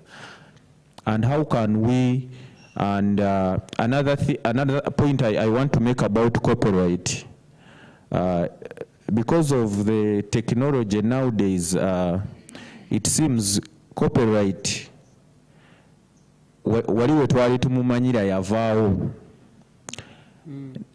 Because now when you talk about copyright in or licensing music, when you don't involve technology, it will not make sense these days, because by copyright, I will give a simplified example. If I release my music, if I release a song, and I give it to an online distributor to get it licensed, that means like wherever you put my song, anywhere on internet, the system will tell you that song belongs to CJ Champion.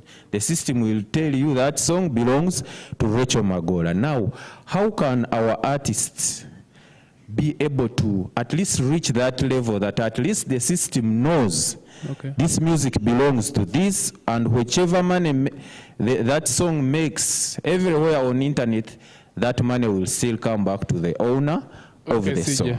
Thank you, CJ. I need to read some messages but specific questions as well from the online audience. The first one is from Naomi. It is undeniable that there has been a role model that influenced the great wave of artists into the politics, and therefore has had an influence on mindset change about artists, and consequently the artists being voted into leadership and governance. I think that's a comment. From Atal Stella, congratulations to our new MPs. Looking forward to working with you and other cultural practitioners to make change in our societies, and hope one day to have our own ministry plus an MP representing specifically cultural issues. Also from Naume, this is a question to HT Wanyanzi Wamala. Do you think the voted artists will be loyal to voters who voted them in terms of delivering services to their respective communities, or they may be easily swayed away? Question to Honorable Rachel Magola from Sandra Namarome. Honorable Rachel Magola, how are you planning to instill in the people the culture of working pays when there is a culture of glorifying those that attain wealth, not commensurate with their pay? Question to Honorable Rachel Magola, another one from Mbana. There is a tendency around our traditional societies to view venturing into arts as a waste.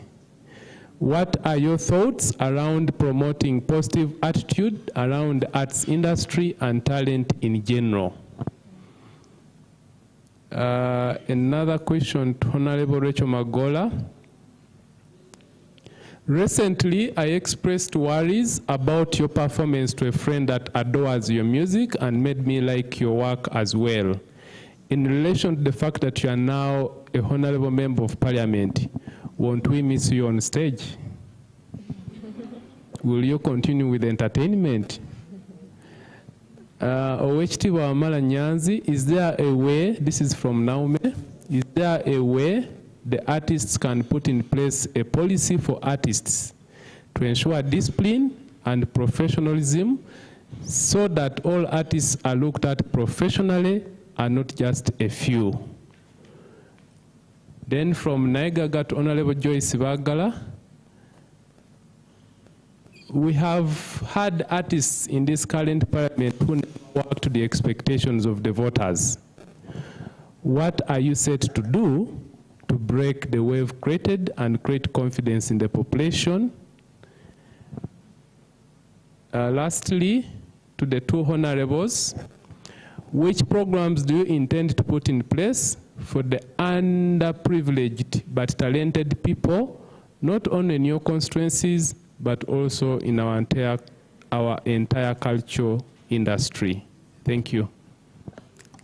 Thank you very much, Emma, for reading to us the online questions. I think there are so many questions. I don't know how we might redistribute them. I have someone who just asked to give one question, and they're already standing at the microphone. So please ask that one question, then we can answer these questions and keep time. Okay, thank you so much. My name is Nelson Bahati. Mine is just one, and it goes to all, and actually specifically to our panelists who actually have experience in music. This is Honorable Rachel Magola, and OHT Nyanzi. Now that we know music carries great opinions, ideas, and these ideas that are building the nation, that people decide to express themselves through music, and we look at their ideas being curtailed. They are stopped, they are halted, they are not given a chance to be heard.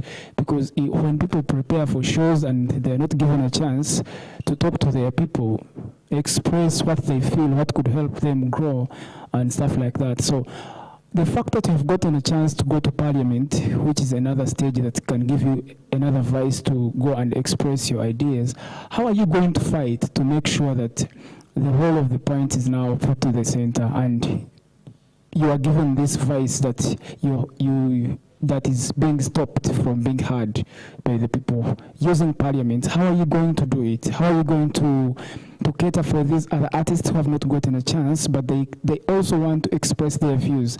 Now for you up there, how are you going to do it? That's my question.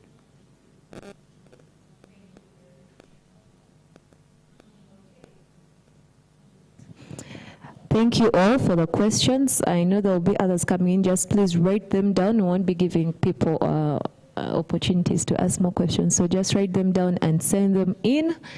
Who is ready? Who feels ready to take on one of these hot questions? Okay, fine. Honorable Joyce Bagala. Well, thank you. And my thinking is I would try to answer on about 4 or 5 questions where my name came up, where people wanted to know what my thinking is, and then I'll leave the rest of the panelists to also respond. Naigaga says artists who never worked to the expectations of voters. And this is what I would like the public to understand. It's not about artists. It's not about the creative industry alone. For you to be able to deliver is, first of all, individual, not because you are an artist. People do not fail because they're artists. Even other people can fail. But without mentioning who she referred to, she says they're artists who never work to the expectations of people. But they're artists, they're people from the creative industry who also work to the expectations of the people. I can tell you for a fact that I am a journalist, and I know that Ibrahim Semujunganda is a journalist who has really, really worked to the expectations of his voters, but also the expectations of Ugandans. He is right now the opposition chief whip, and he didn't go there just by chance or favor, but because he worked his way there, and he's been very influential in parliament, and even right now, he's standing for post of speakership. Whether he will win or not is another discussion. But he is from the creative industry, and he has performed well. Honorable Betty Namboze Bachireke is also a journalist who has performed very well in various capacity in parliament.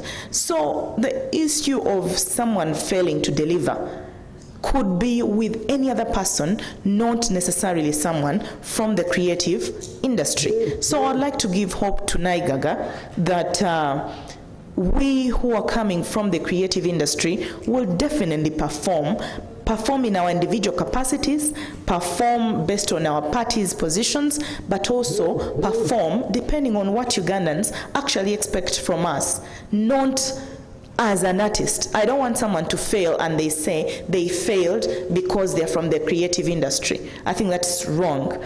Then voted artists, will they be loyal to the voters? Again, that is individual.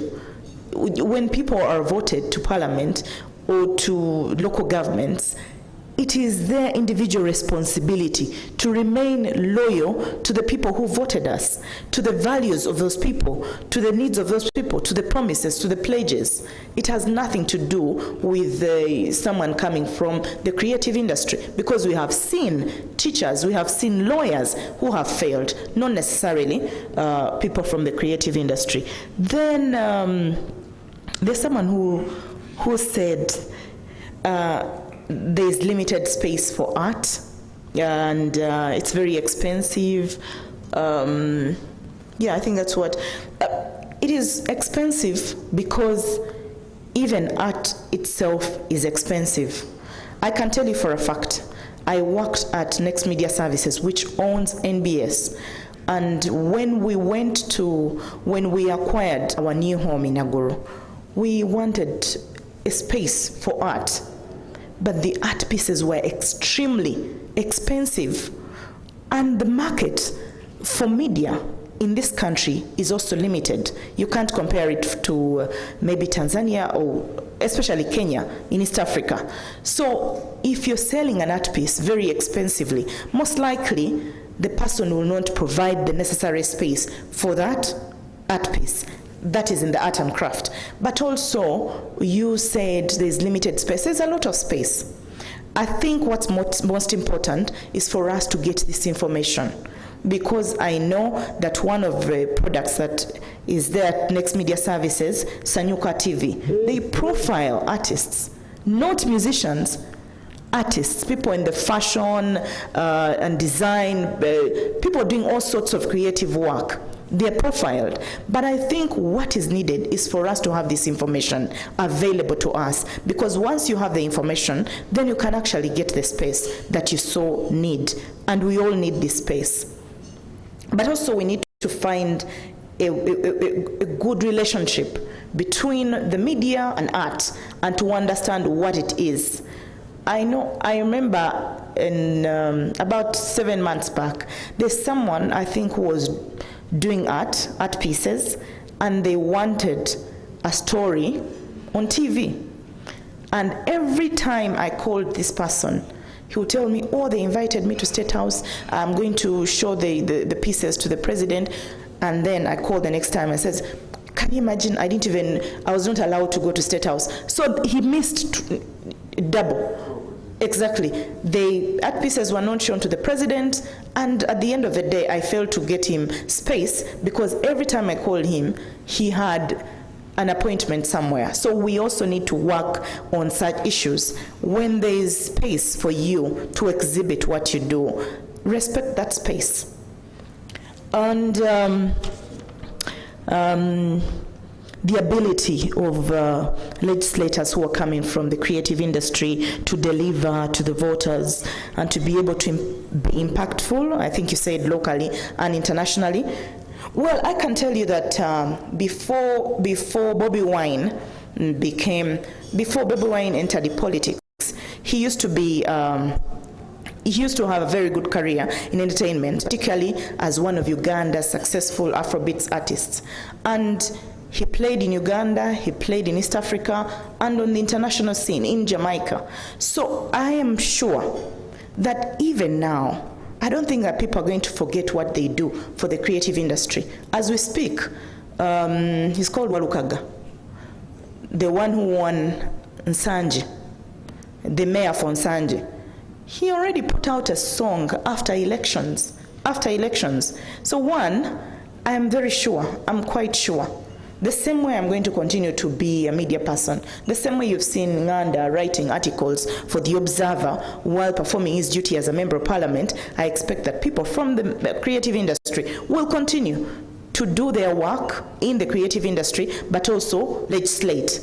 And also keep at the back of our minds the responsibility we have to Ugandans, because I can see a lot of pressure, especially on the people from the creative industry. Everyone is saying, oh, are they going to deliver? Or will they be able to do this? And I can tell you that we're going to be able to do this. I really, really think that the things that people do in the creative industry, the musicians, the time that you take to compose a song, to write, to produce the song, I think is more difficult than merely you standing up at the floor of parliament to explain what's going on in the country, to explain what's going on in your area of jurisdiction, to explain matters of national importance. I really, really have a strong feeling that it is easier for you to express this because you have experienced it. And my thinking is we should all be positive with the people who are coming from the creative industry. People should not lose hope. People should not be scared. People should not be worried. We are here, everyone is here, the public is here, the voters are here, and let us swear in. After that, then people will start now to ask, what have they done? How many petitions? How many bills? Laws to do, he was talking about copyright laws, and the issue about copyright laws has not necessarily been with the legislators, but with the artists themselves. Some are willing to give their music to be played for free, others are not willing, So there needs to be a reconciliation of all that. Thank you.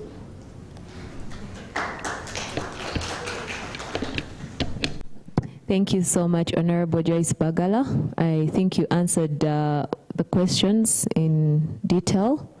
Not all, no, the rest of the panelists will answer some of the questions that have been raised. And I think the biggest challenge has been on the expectations of the people, the electorate. And I think the reason why the pressure is on the people from the creative industry, almost because you have the face to the voice. We've been seeing you people on TV, we've been reading about you. So we have more expectations in all of you as compared to the ordinary people from other sectors. I'll be asking more questions, but for now, let's answer these other questions, and then we can now do maybe a second round of questions and close the discussion. Owechitibwa Wamala Nyanzi. Thank you very much, Barungi. Thank you very much, the audience, and the questions you have asked. Naomi, thank you very much for the kudos you have given us, and will artists be loyal to their their electors? They should. Failure to do that, well, there will be a price to pay. Remember who are not loyal to the electorate when they touched it? Well, they know exactly. See, the good thing about this, the newly elected people, legislators, they have very good examples and good lessons to learn from. One, don't touch it. Then there is also the Magufuli factor. The Magufuli showed us that in 5 years, you can do stuff. By the way, it's not only Magufuli. There's somebody who has not been given due recognition for his contribution to the road network in Kenya. That is Tinga Tinga. Raila Odinga. Raila Odinga remains one of the most popular politicians in Kenya, yet he's the one who broke down people's houses. As long as your house is in the road reserve, from Mombasa to Kisumu, from Nairobi to Thika, it came down. Doesn't matter how many stories. Yet, he remained popular. And people are enjoying the road network. So, dear Bagole, do what you're expected to do. Don't be compromised. How to instill discipline and professionalism amongst in artists. I attempted to do that when I came back in 1990. It actually somehow succeeded. And I have some very good examples. When, by the way, the reason I'm dressed like this is because you have to look like them to impress them. I had to put on neckties, blah, blah, kind of stuff, so that I would look like the so-called corporate, so that they would listen. They were not interested in rubbing shoulders with people with, who did not look well-kept. Besides, if I can sell, I can afford to buy, and soap and Vaseline, isn't it? So if you don't look okay and neat, you may have a problem making your case. Some artists refuse to recognize that the collector or the fan has a stake in what you look like and what you do. And if you become arrogant, your lifespan on the shelf is lessened. That's why you hear of people who have disappeared from the scene and those who have stayed on the scene, because they have respected their bodies, they have respected themselves, and they have respected their audience. Who doesn't know Abe Mukibi? Who doesn't know the Wakayimbira? Don't you admire them, the way they hold themselves? I claim at least a percentage on that. I put pressure on them to present the image of an artist in a positive manner, so that you are not despised from the outset. You can only afford to look the way you like to look like when you have made it. But when you have not yet entered the boardroom, you may be stopped at the gate. But make sure you get into the boardroom and then change and be what you want to be. But you must put your foot in there. Then there is freedom of practice. We have to fight that war. You know very well the establishment is shaken to the core. But the only advice I give to the establishment is to heed the call. Reform, reorganize, and do what Ugandans expect you to do. Short of that, you'll be shoved off and confined to the heap of forgotten history. People are not going to stop and settle for less. So, dear honorables, make sure you do not remove the foot from the pedal. Keep it on there, keep pressing. The establishment which has abused, ignored, and disrespected the people and the artists have been shaken to the core. But it's up to us to give them, to show them direction and show them that there's a lot to lose if they don't heed our call. Will they deliver? That one I've already asked. But I can give you there's a saying, the one who is already undressed does not fear cold water. So if you're already undressed, why do you fear cold water? You have to just go ahead and shower. 2, enjoy teremererwa amasanga gayo. The one where the elephant does not fail to carry its tasks. So I believe by the time they offer them for these elected positions, they were ready for it and they'll be able to do it. But we need to keep them we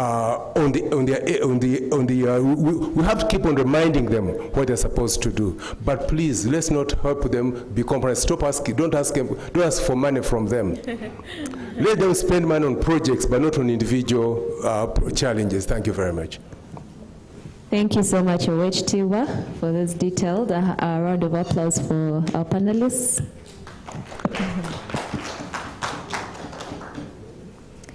I think Honorable Joyce Bagal and Honorable Rachel Magola, you've heard those wise words.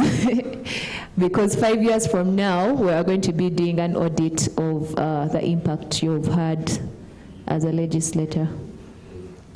Honorable Rachel Magola, please take on the questions that were directed to you so that we can take the next bunch of questions and then we can call it a day. There's so much that has been said and asked. The one I can first answer is from a lady who asked, "We're going to miss you."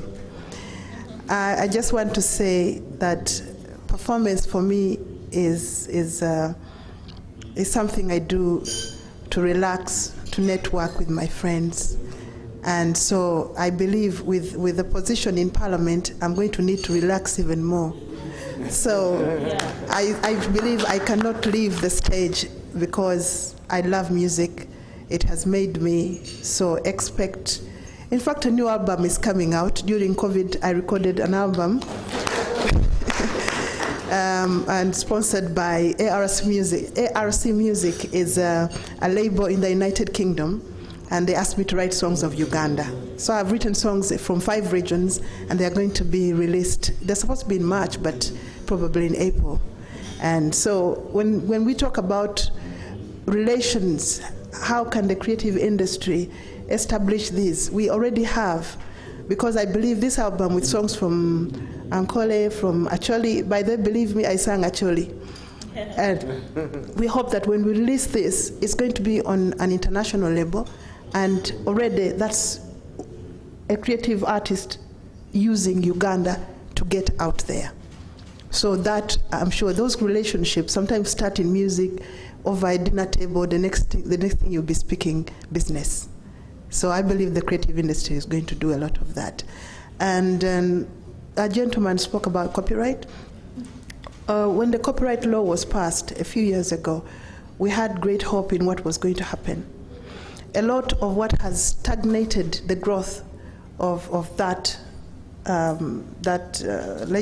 legislation is there's too many roadblocks. When something new starts, a lot of people don't understand what it's all about. I must commend you for sitting down and reading up about it. That is the way to go. And I encourage all artists out there to look for information, understand what you need to do to get somewhere.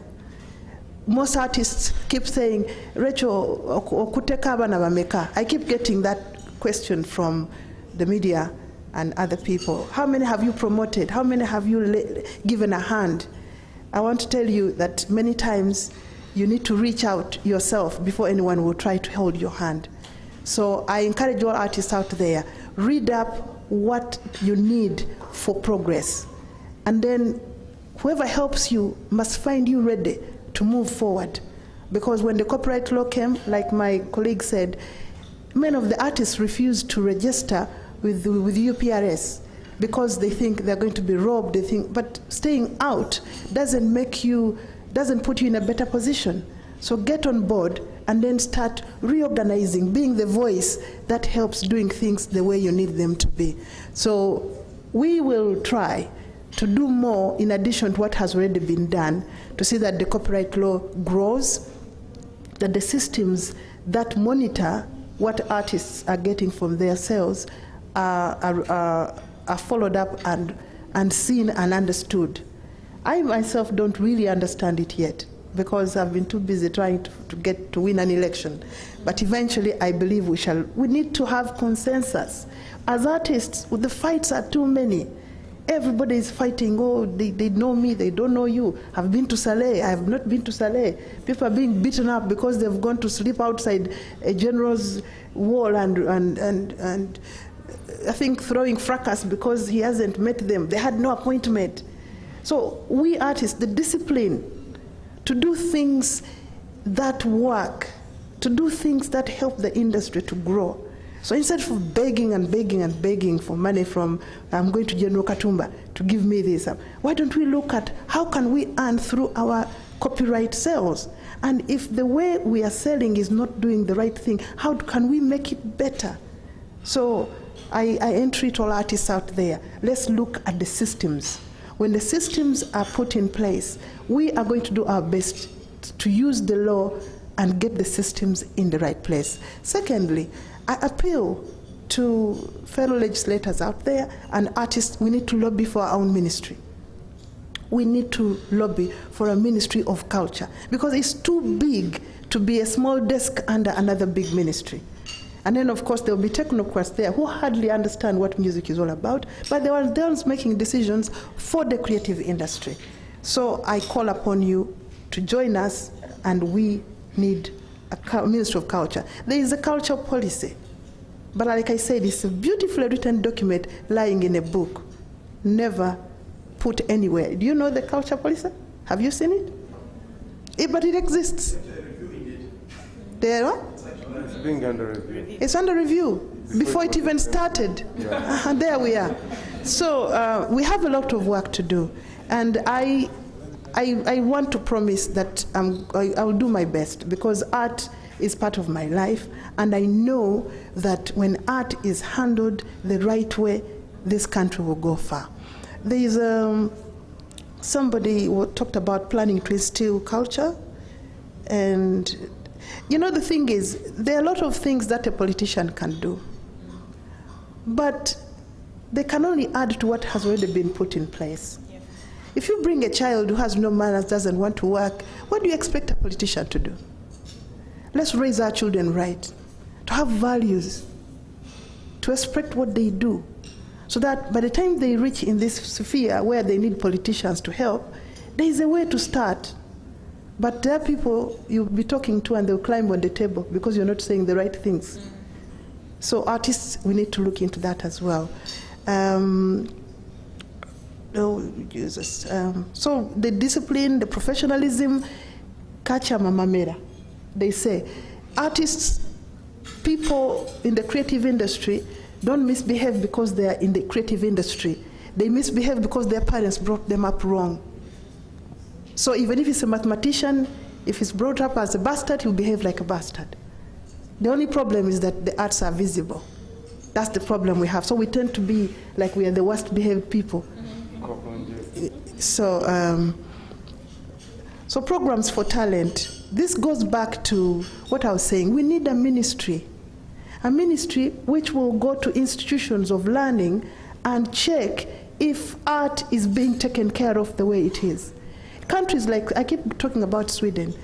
In Sweden, a child, until they are 10, they must learn an instrument whether they like music or not. That is a program which was deliberately put there to create, to increase on the creative industry. So if somebody is 10 and they don't like to play an instrument, they want to play with their computers, they will divert and go into, but the basics from the start, you're given a chance. Because you can never know if you're talented if you're not given the chance. And I'm telling you, my Bagala might sing here, but because she never sang before. She was never given the chance.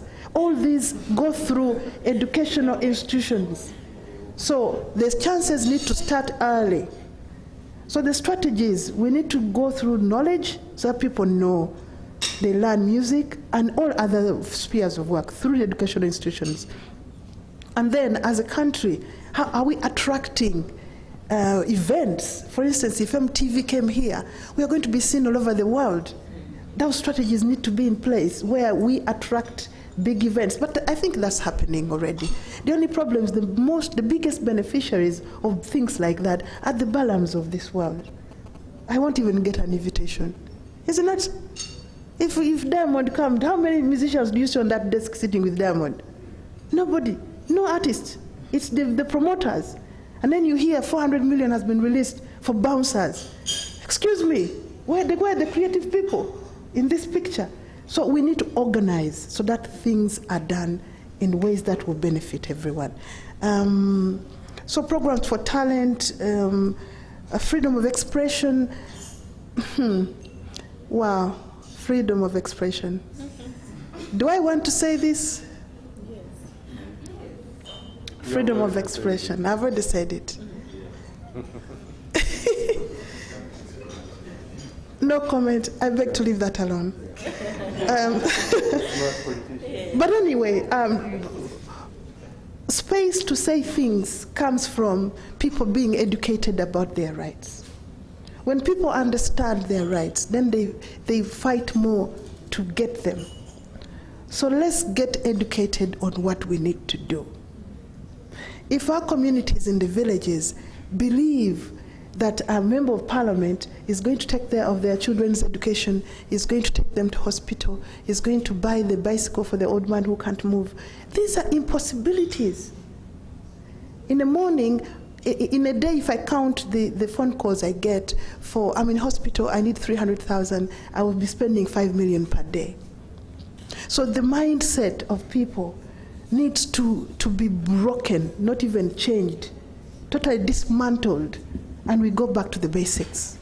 Our grandparents were people who never went to school, but they were poor people who worked hard, and we are who we are today because of what they were able to do without thinking that life moves by begging and running to the head of state for who will I marry.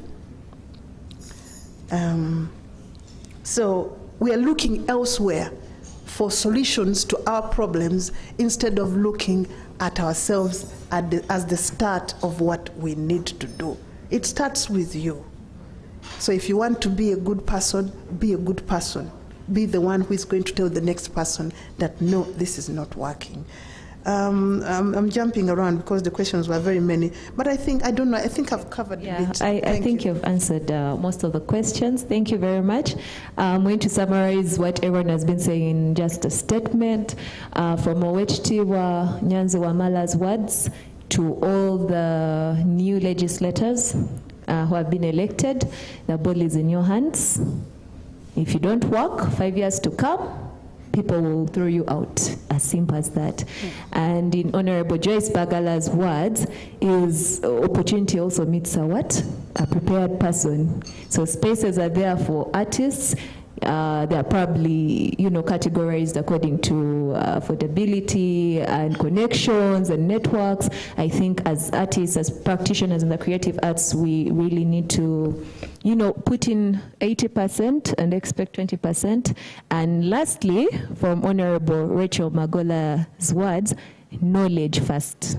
You cannot venture into anything without knowing what it's about, what you need to know, have this information, and then act.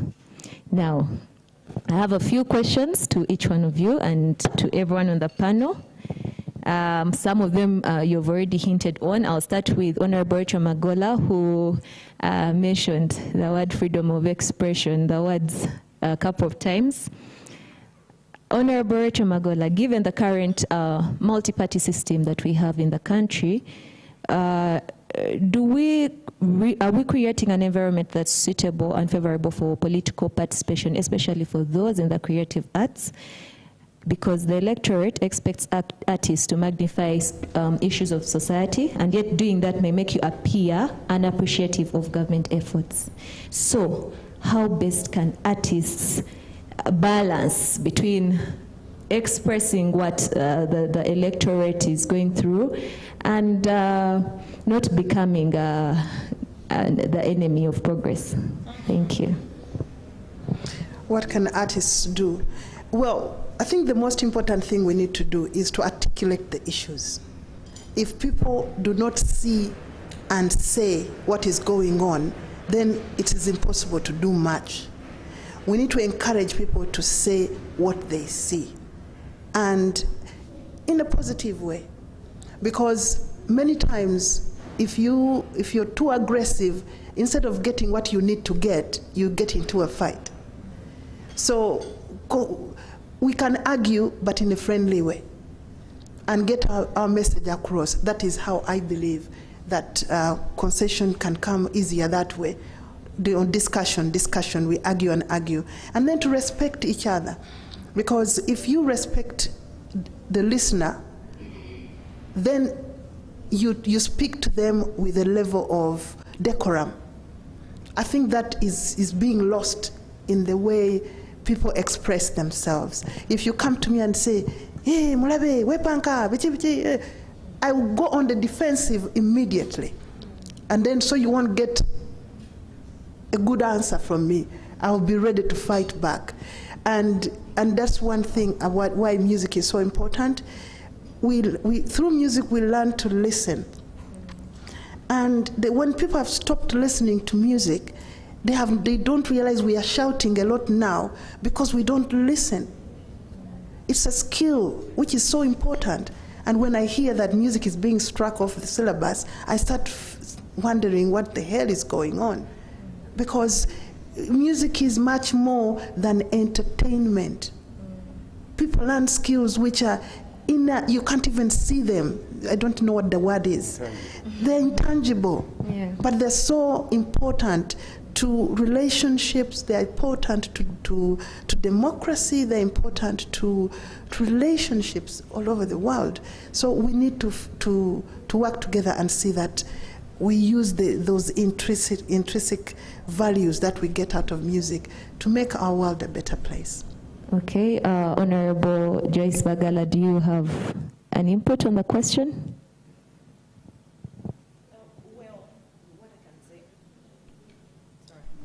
What I can say is, what is there to be done? We all have responsibilities. The voters have a responsibility.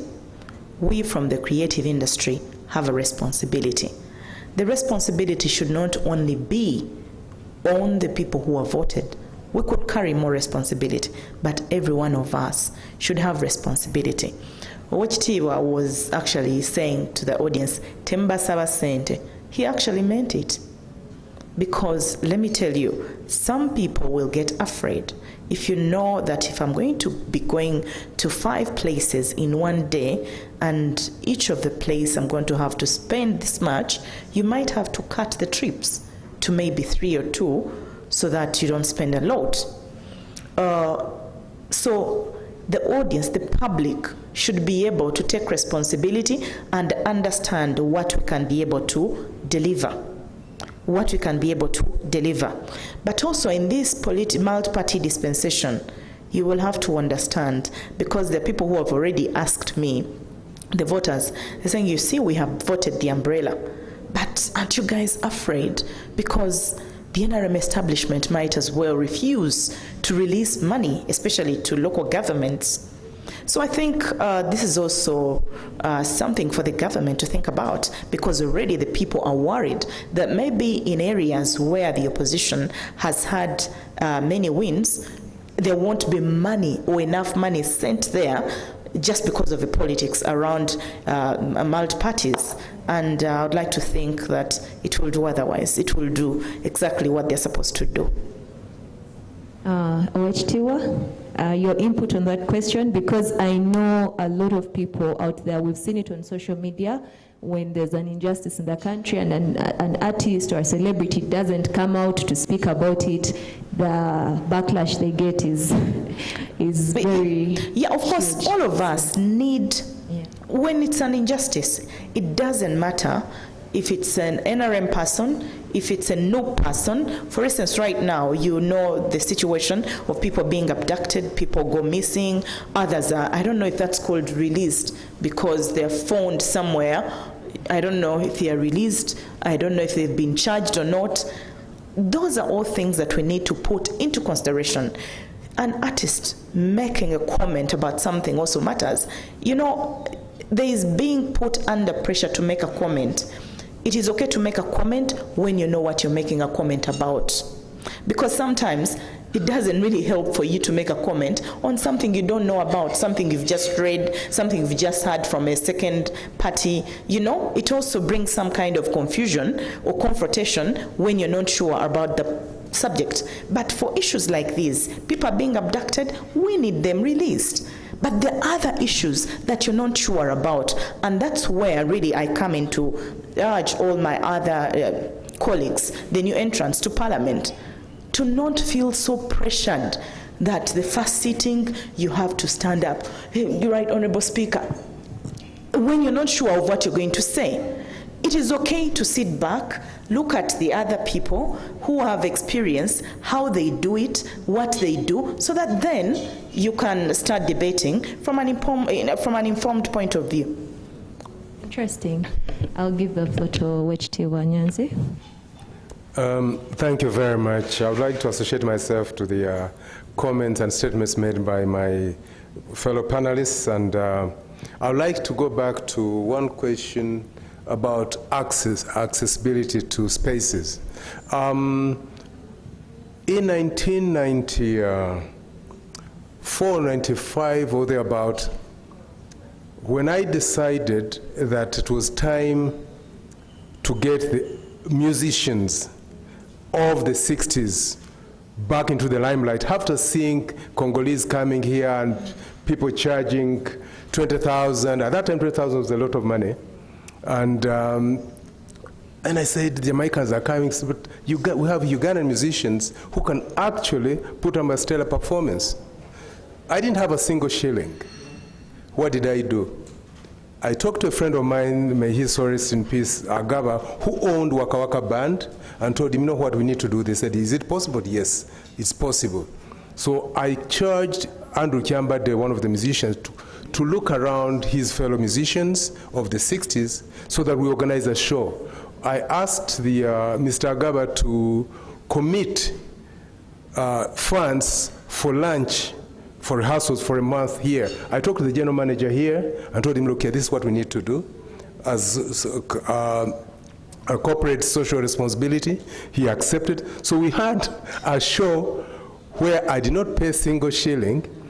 The musicians were taken care of. And then something else. At the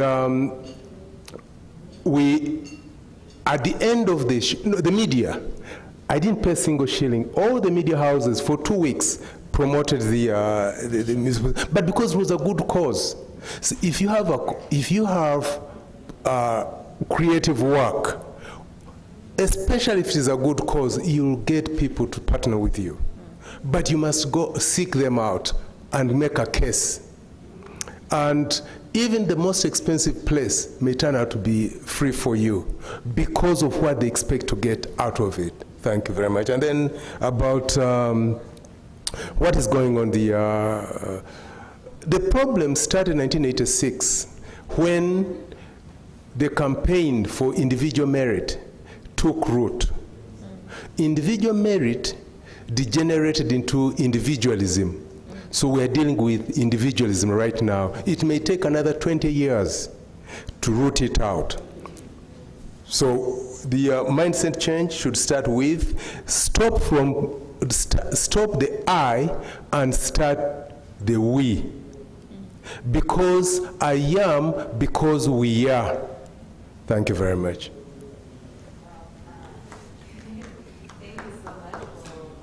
That input.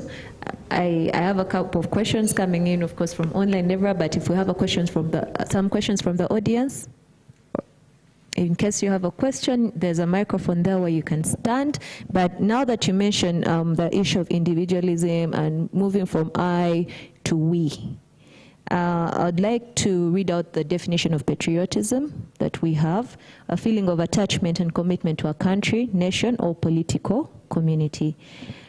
How can we encourage the participants of the creative industry in our country to tread carefully between, being patriotic and not creating a bad image for our country?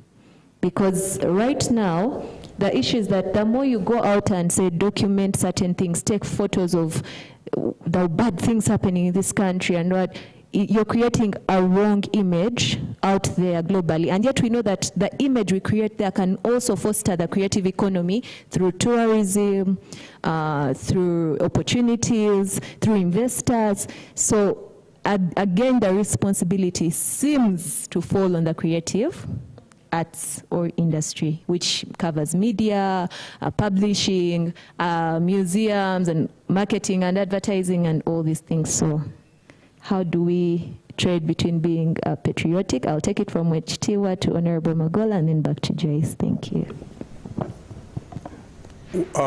First and foremost, nobody should ever lie to you that they can teach you how to be patriotic. You are patriotic as a result of looking at this person, your role model, emulating your role model, and feeling like being like that person ahead of you, or the lady who is there, the lady who takes care of the family, the man who takes care of the family. Without good role models up there, don't expect anybody else to love, don't tell somebody to love what you don't love. Show me love, I'll respond without even thinking twice. Now let's get to patriotism in the real sense of the word. You are proud of what you would like to be. You can never be proud of what you despise. For example, if I wake up in the morning and I open the papers, and what do I see? Children have disappeared. Money has disappeared. And there is no consequence. Tell me, am I going to admire the one who stole or the one who actually made this person disappear? Then you tell me, I read about children, young people who were collected, molested, tortured, and then dumped. And there is no consequence. And you are telling this person to be patriotic. But this is what I do.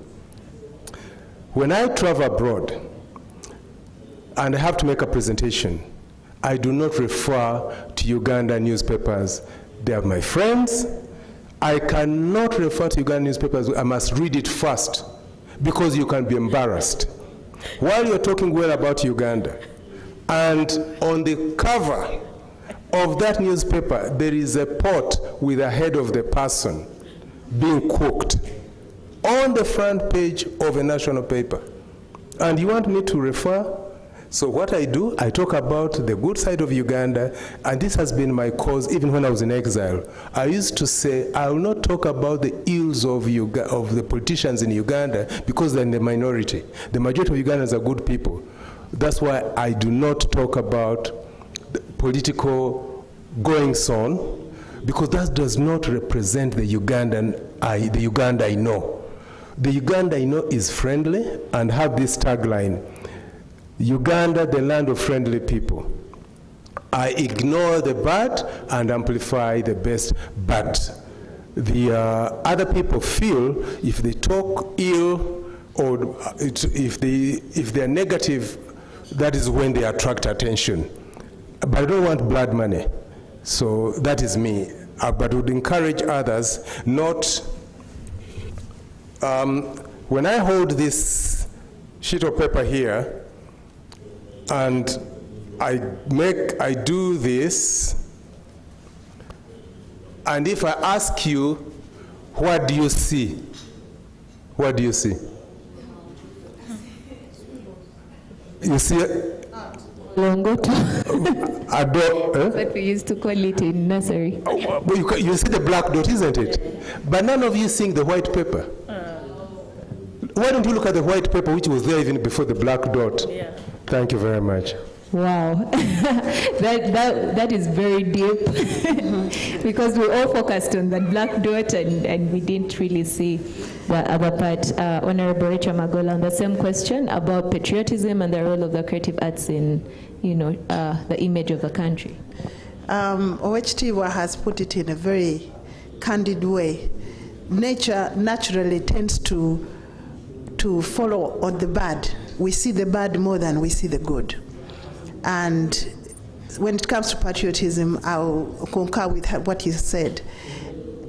When you paint your own country all the time in a negative way, and then you live in that country, and let's say we lose tourism, we lose all kinds of partnerships we could have made, we all lose, including yourself. It's like cutting a tree when you're sitting on it. But that said, we are now in a global world. A lot of information gets out before you even know it. What we need to do as a country is that we don't have anything to hide. We need to be working towards getting a situation where what gets out on the global scene is not painting us in a bad light. I think that's what we need to focus and work towards that. But still, like he said, when I travel, I'll never talk about the bad roads, though a friend of mine visited from the US, and she became dizzy, and I was like, what's going on? I didn't realize it's because the car was swinging her because of the potholes. And then she, so it is catch-22. So it pains me when sometimes you're like, why are we in this place? But we are the people, so we have to work towards having the best image ever for our country, because it's the only country we have, and when we destroy it, we have nowhere to go except as Abuda. I think that is the best I can say. Thank you very much, Honorable Rachel Magola. For someone like me who has been having motion sickness since childhood, I'm now starting to worry about the roads I've been on for the past 25 years. Honorable Joyce Bagala. Well, I don't know why you chose me to be the last one to speak about this. And I'll be very honest, as a journalist, it's very hard for me to agree with OHTIWA and Honorable Magola about merely saying, oh, Uganda is so beautiful, oh, everything is good, everything is very nice. It's very, very painful to say that when you know the truth.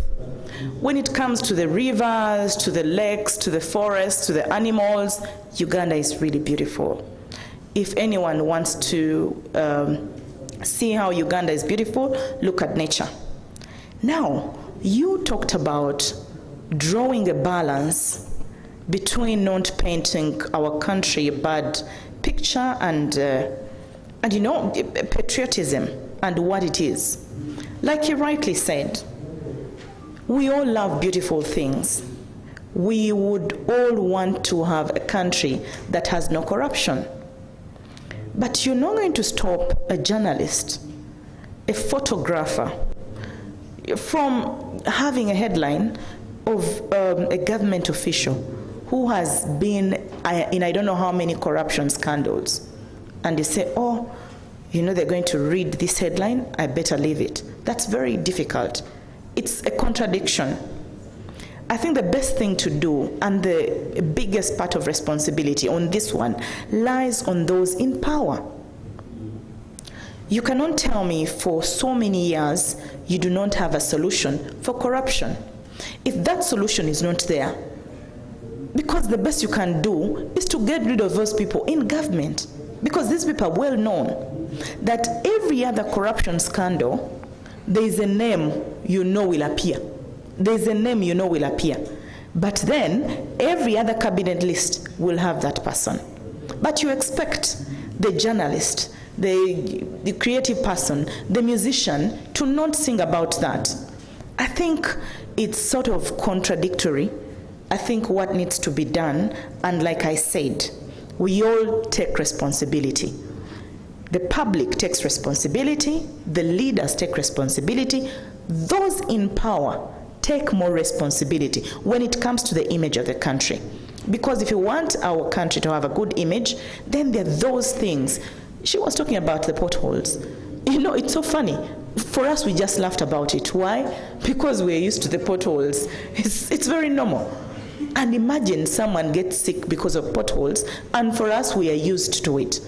And you see the floods, and you don't want someone to take a picture. And you see the state of hospitals, and you don't want someone to take a picture because what?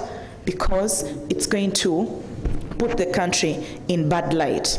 I think the most important thing for us to do, first of all, as a public, to desist from giving the bribes or getting the bribes, so that when the journalists are out there, the stories they'll write will not be about corruption.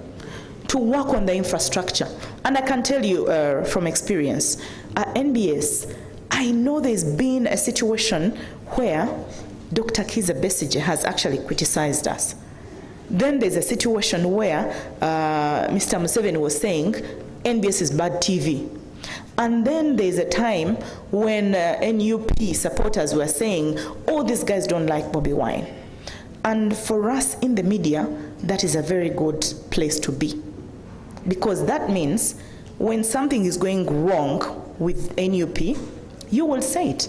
When something is going wrong with NRM, you will say it. When something is going wrong with Besigye or FDC, you will say it exactly the way it is. So there's a contradiction on saying the truth, especially for us, the media, and trying to protect the image of the country.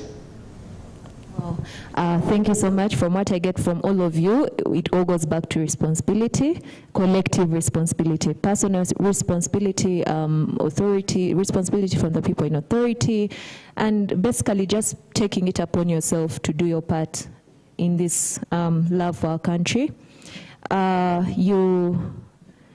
Okay, I have someone standing there who has a question, and it seems very burning. Yes. So I wanted us to conclude, but I will take that one question, and then I can get back to the panel.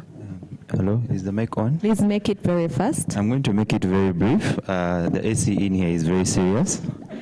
I would like to genuinely thank the panelists and our moderator, Honorable Joyce Bagala. Thank you very much. Omukulu, Oweekitiibwa Nyanzi, we've interacted before, but you're a great wealth of knowledge. Thank you so much. And Honorable artist, I'm a huge fan. And Rachel Magola, we are very pleased to have you. I would like to also thank the organizers, PPI, and I would like to encourage you to have this conversation with more young people and more artists who would, with the same panelists actually, who would benefit from this wealth of knowledge. My very last question, and I reduced my questions because they were very important to me and to the young people I interact with. My name is Mark Gordon. I'm from Ladu Poetry, and I interact with a lot of young people in life skills, debate, and trainings. So most of these questions are questions on their behalf. And the very last question I have for tonight is about the subject we are concluding with, which is civic education and also artists joining politics.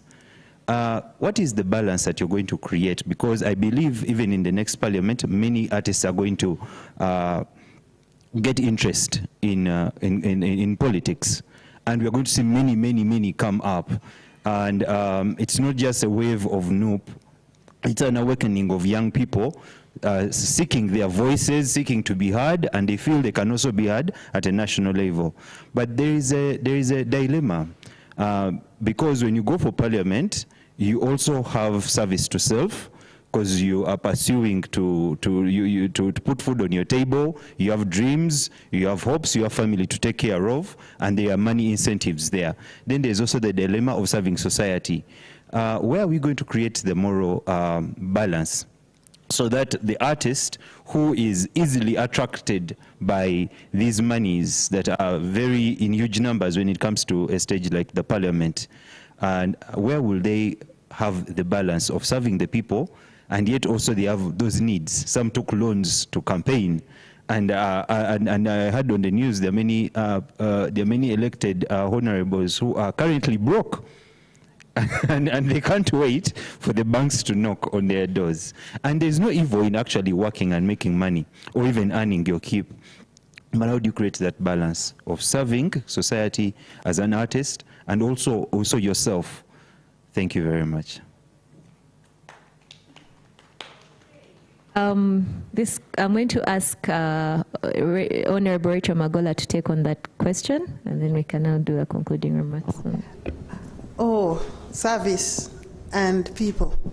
Now, I think the most important thing to look at here is the voters' needs and their values, and also the legislators' needs and values.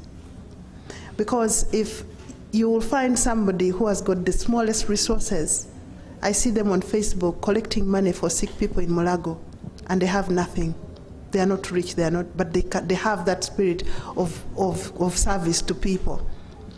That boils down back to the values of that legislator. Because there are people who will serve people because that's how they feel and that's what they know to do. And there are those who come from very rich families, they have everything, and they'll go to Parliament and do nothing for anyone, yet they're earning income from Parliament.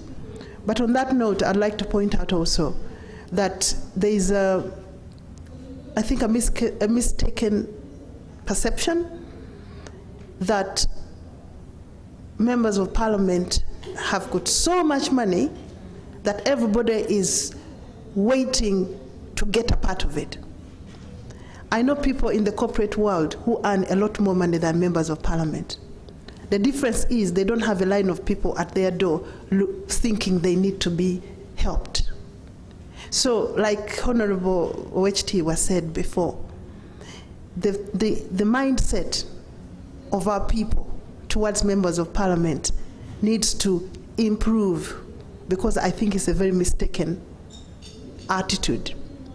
But also, sometimes it is misconstrued by the way some members of Parliament behave, or by situations. I know a situation where in the village we were supposed to send out teams to canvass for votes, and we gave them 5,000 shillings for transport to move.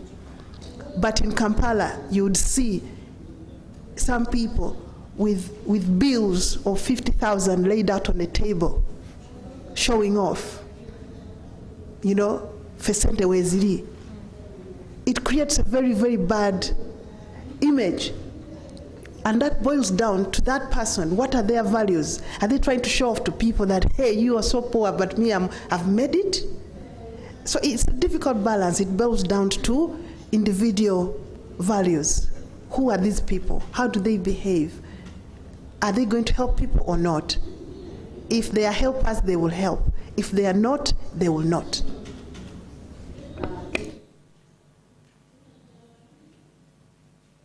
Thank you so much, Honorable Rachel Magola. Just to add on Mark's voice, I think the biggest challenge for legislators is to either be more accountable to the electorate, because when we see headlines of MPs asking for increment in income, the income of to a normal person, omuntu wa wansi, if I see that one person is earning 30 million, me I earn 150,000 a month, you have no idea what goes through my mind. So, just to speak on behalf of the electorate, that sometimes maybe we need an accountability culture, so that when people see that one MP is earning over 30 million, what is this 30 million doing and how is it helping me? So sometimes when people come to the honorable members of Parliament for money, it's because they've seen the headline already. So they know there's money there, but I know Honorable Joyce Bagala will add to that. We are going to conclude this very interesting discussion, and each one of you is going to have about 2.5 minutes or 3 to answer and conclude to OHT and everyone. And I'm going to start with OHT, but this is a question that goes out to each and everyone. Does Uganda have a national culture? If yes, in your opinion, what is it? And if no, how can we build one? And then make your concluding remarks. Can I repeat the question? Does Uganda have a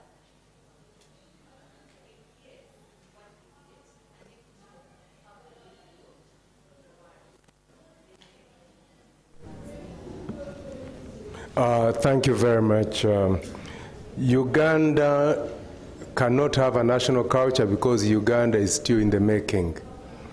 It was disrupted, the flow and the molding of Uganda was disrupted in 1966, actually 65, when selfish politicians decided to disrupt the way things were being constructed and how it was supposed to be.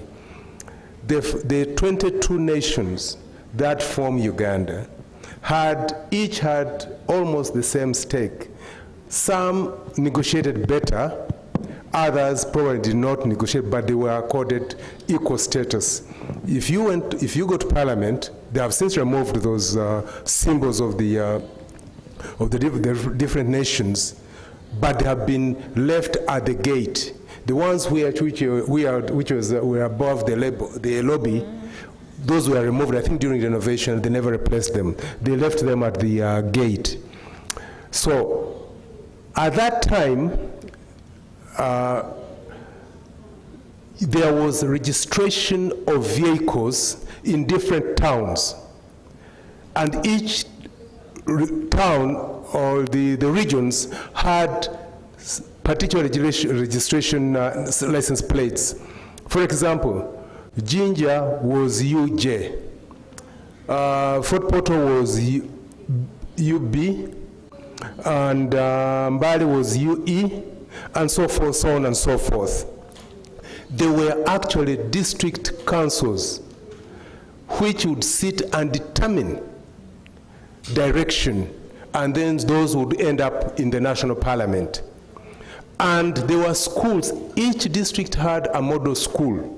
For example, when you had a Budo here in Uganda, there was a Mwiri in Busoga, there was Samuel Beka in Acholi, there was Kigezi High School in Kigezi, there was Nyakasura in Toro, and then there was Duhaga and Kabalega in Bunyoro, there was Navumali in Mbale, Soroti in, Teso College in Teso, and then Moroto High School in Karamoja. And also West Nile was St. Aloysius Nyapea. Whoever went to that school did not have have gone to Budo. So those who came from those, when you passed very well, they assigned you to a school where you would put your first choice, and you would be given a voucher to take you a free ride to the school. And then from there, if you did your senior 4 and you wanted to go to change schools, probably you are from Mbarara, you went to Samuel Beka, and then you end up in Kabalega. From there you will come to Makerere and the halls of residence. You would have these children who grew up around Uganda, living together at campus, and then by the time they are done, they have bonded. You have a Ugandan who will go to work in Karamoja, who would have started in Moroto, Mbarara, Toro, and Kigezi. That person would have an appreciation of Uganda. That was reduced to Kampala and Wakiso. That is where you have a Uganda. And you have a Kampala culture, but you don't have a Uganda culture. So distribution of resources, doesn't matter which one, socio-economic, culture, and whatever it is, would be the key, instead of concentrating things in one region. And every national institution should have all, but not be dominated by one particular ethnic group from one village. Wow. Now that's a very powerful answer to understanding, national culture, because that's a question a lot of us have always wondered about. What makes you Ugandan? What's special about Uganda? So I love that we had that kind of structure in the past, and hopefully with the new legislators in Parliament, we shall be having more of these conversations regarding the structure to build foundation for national culture. Honorable Joyce Bagala, what's your take on the question? And your concluding remarks. Thank you very much. Before I go to that question, I thought that I would respond to him what the balance between an individual MP's progress plan and the voters. Yes, many voters actually think that MPs get a lot of money, which is true and not true. From a look of it, yes, you get a lot of money, but you even said it. If you get 150,000, you feel that's very little money.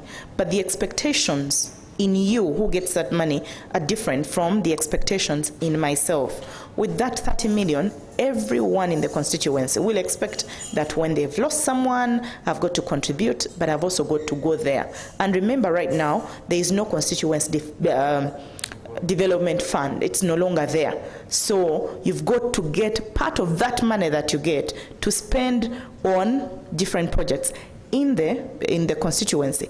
But this is what I can say. How do you find the balance? It is true. Any member of parliament should individually progress, because you cannot be seen as a member of parliament in a very bad state. Like he said, he would put on a tie or a suit so that people can listen to him. If you're viewed in a different way, believe me, people will not believe you or trust you. So you need to work towards that. So you only need to strike a balance in how you spend that money, in how you spend it. How you serve the people, of course, on the floor of parliament. Some of the services we provide to the voters are through the budgets that we are going to allocate, not necessarily the money that you get in your pocket. That's something that I wanted for us to understand. Then on the question of Uganda having a culture, I entirely agree with Owechitibwa Nyanzi. We don't have it at all. And for the very reasons that he has said, each of us is on a different page. You have had discussions before in Parliament. I remember it must have been Ogenga Latigo, Donga Oto, and I think Honorable Regan Okumu. There's a discussion that came up, I don't remember if it was the 8th Parliament, where they wanted to secede, the people in the north, and Nile Republic, the secession. When you have such discussions, then you know you don't have a culture. You don't believe in the same thing. People do not know you for something. People will know Ugandans, that Ugandans are hospitable, Ugandans are happy, but that's it. Ugandans are happy people, despite the stress, the poverty, but that's different. And for me, I think you ask what can be done. For starters, personally, I think maybe we need to explore the idea of a federal system of governance. Because then, each region, like he explains, will have something to showcase, to express and balance. Thank you. Thank you very much, Honorable Joyce Bagala. Well, I think that was a very tough question at the same time, because then we get to go into a lot bigger topics, which we'll not go into for today. This is, definitely to encourage us, especially in the creative arts, what's our role in building this culture, in the national culture, how do we get there? Honorable Rachel Magola, your response and concluding remarks. Uganda to have a national culture would be very difficult. First of all, every tribe in Uganda speaks differently, has got different cultural values, has got different music. So by the nature of the tribes that were bundled together by the British Protectorate, it will be difficult for a Mugishu to behave in the same way like a Msoga or an Acholi. The ethnicities are so many that to have a national culture might be difficult if we go to basics of who we are as a people. The economics, my friends have already expressed that a lot is driven by who is in power at any one particular time. So you'll find if the president is from Gulu, Gulu grows so fast, your head will spin. If the president is from somewhere else, you will find cities that are looking like, wow, are we in the same country? So I remember traveling with the band. We were going to perform somewhere in the I think we were going to far west. And when we reached Mbarara, I told Joanita, I said, I want to cry. I said, why? I said, Ginger and Iganga don't look like this. So when it comes to politics and distribution of resources, things are a bit iffy. So we pray that new legislators. Okay. Well, thank you so much, guys. Okay, now we are done. But before we get done, you're going to tell us and the audience, each one of you is going to mention your favorite song or your favorite meal. Choose. Just favorite song, favorite meal, and we call it a wrap for this very interesting, beyond just politics conversation.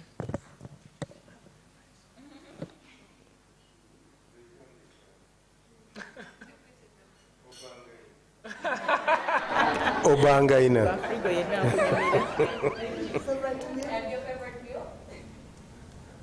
It used to be chapati and beans.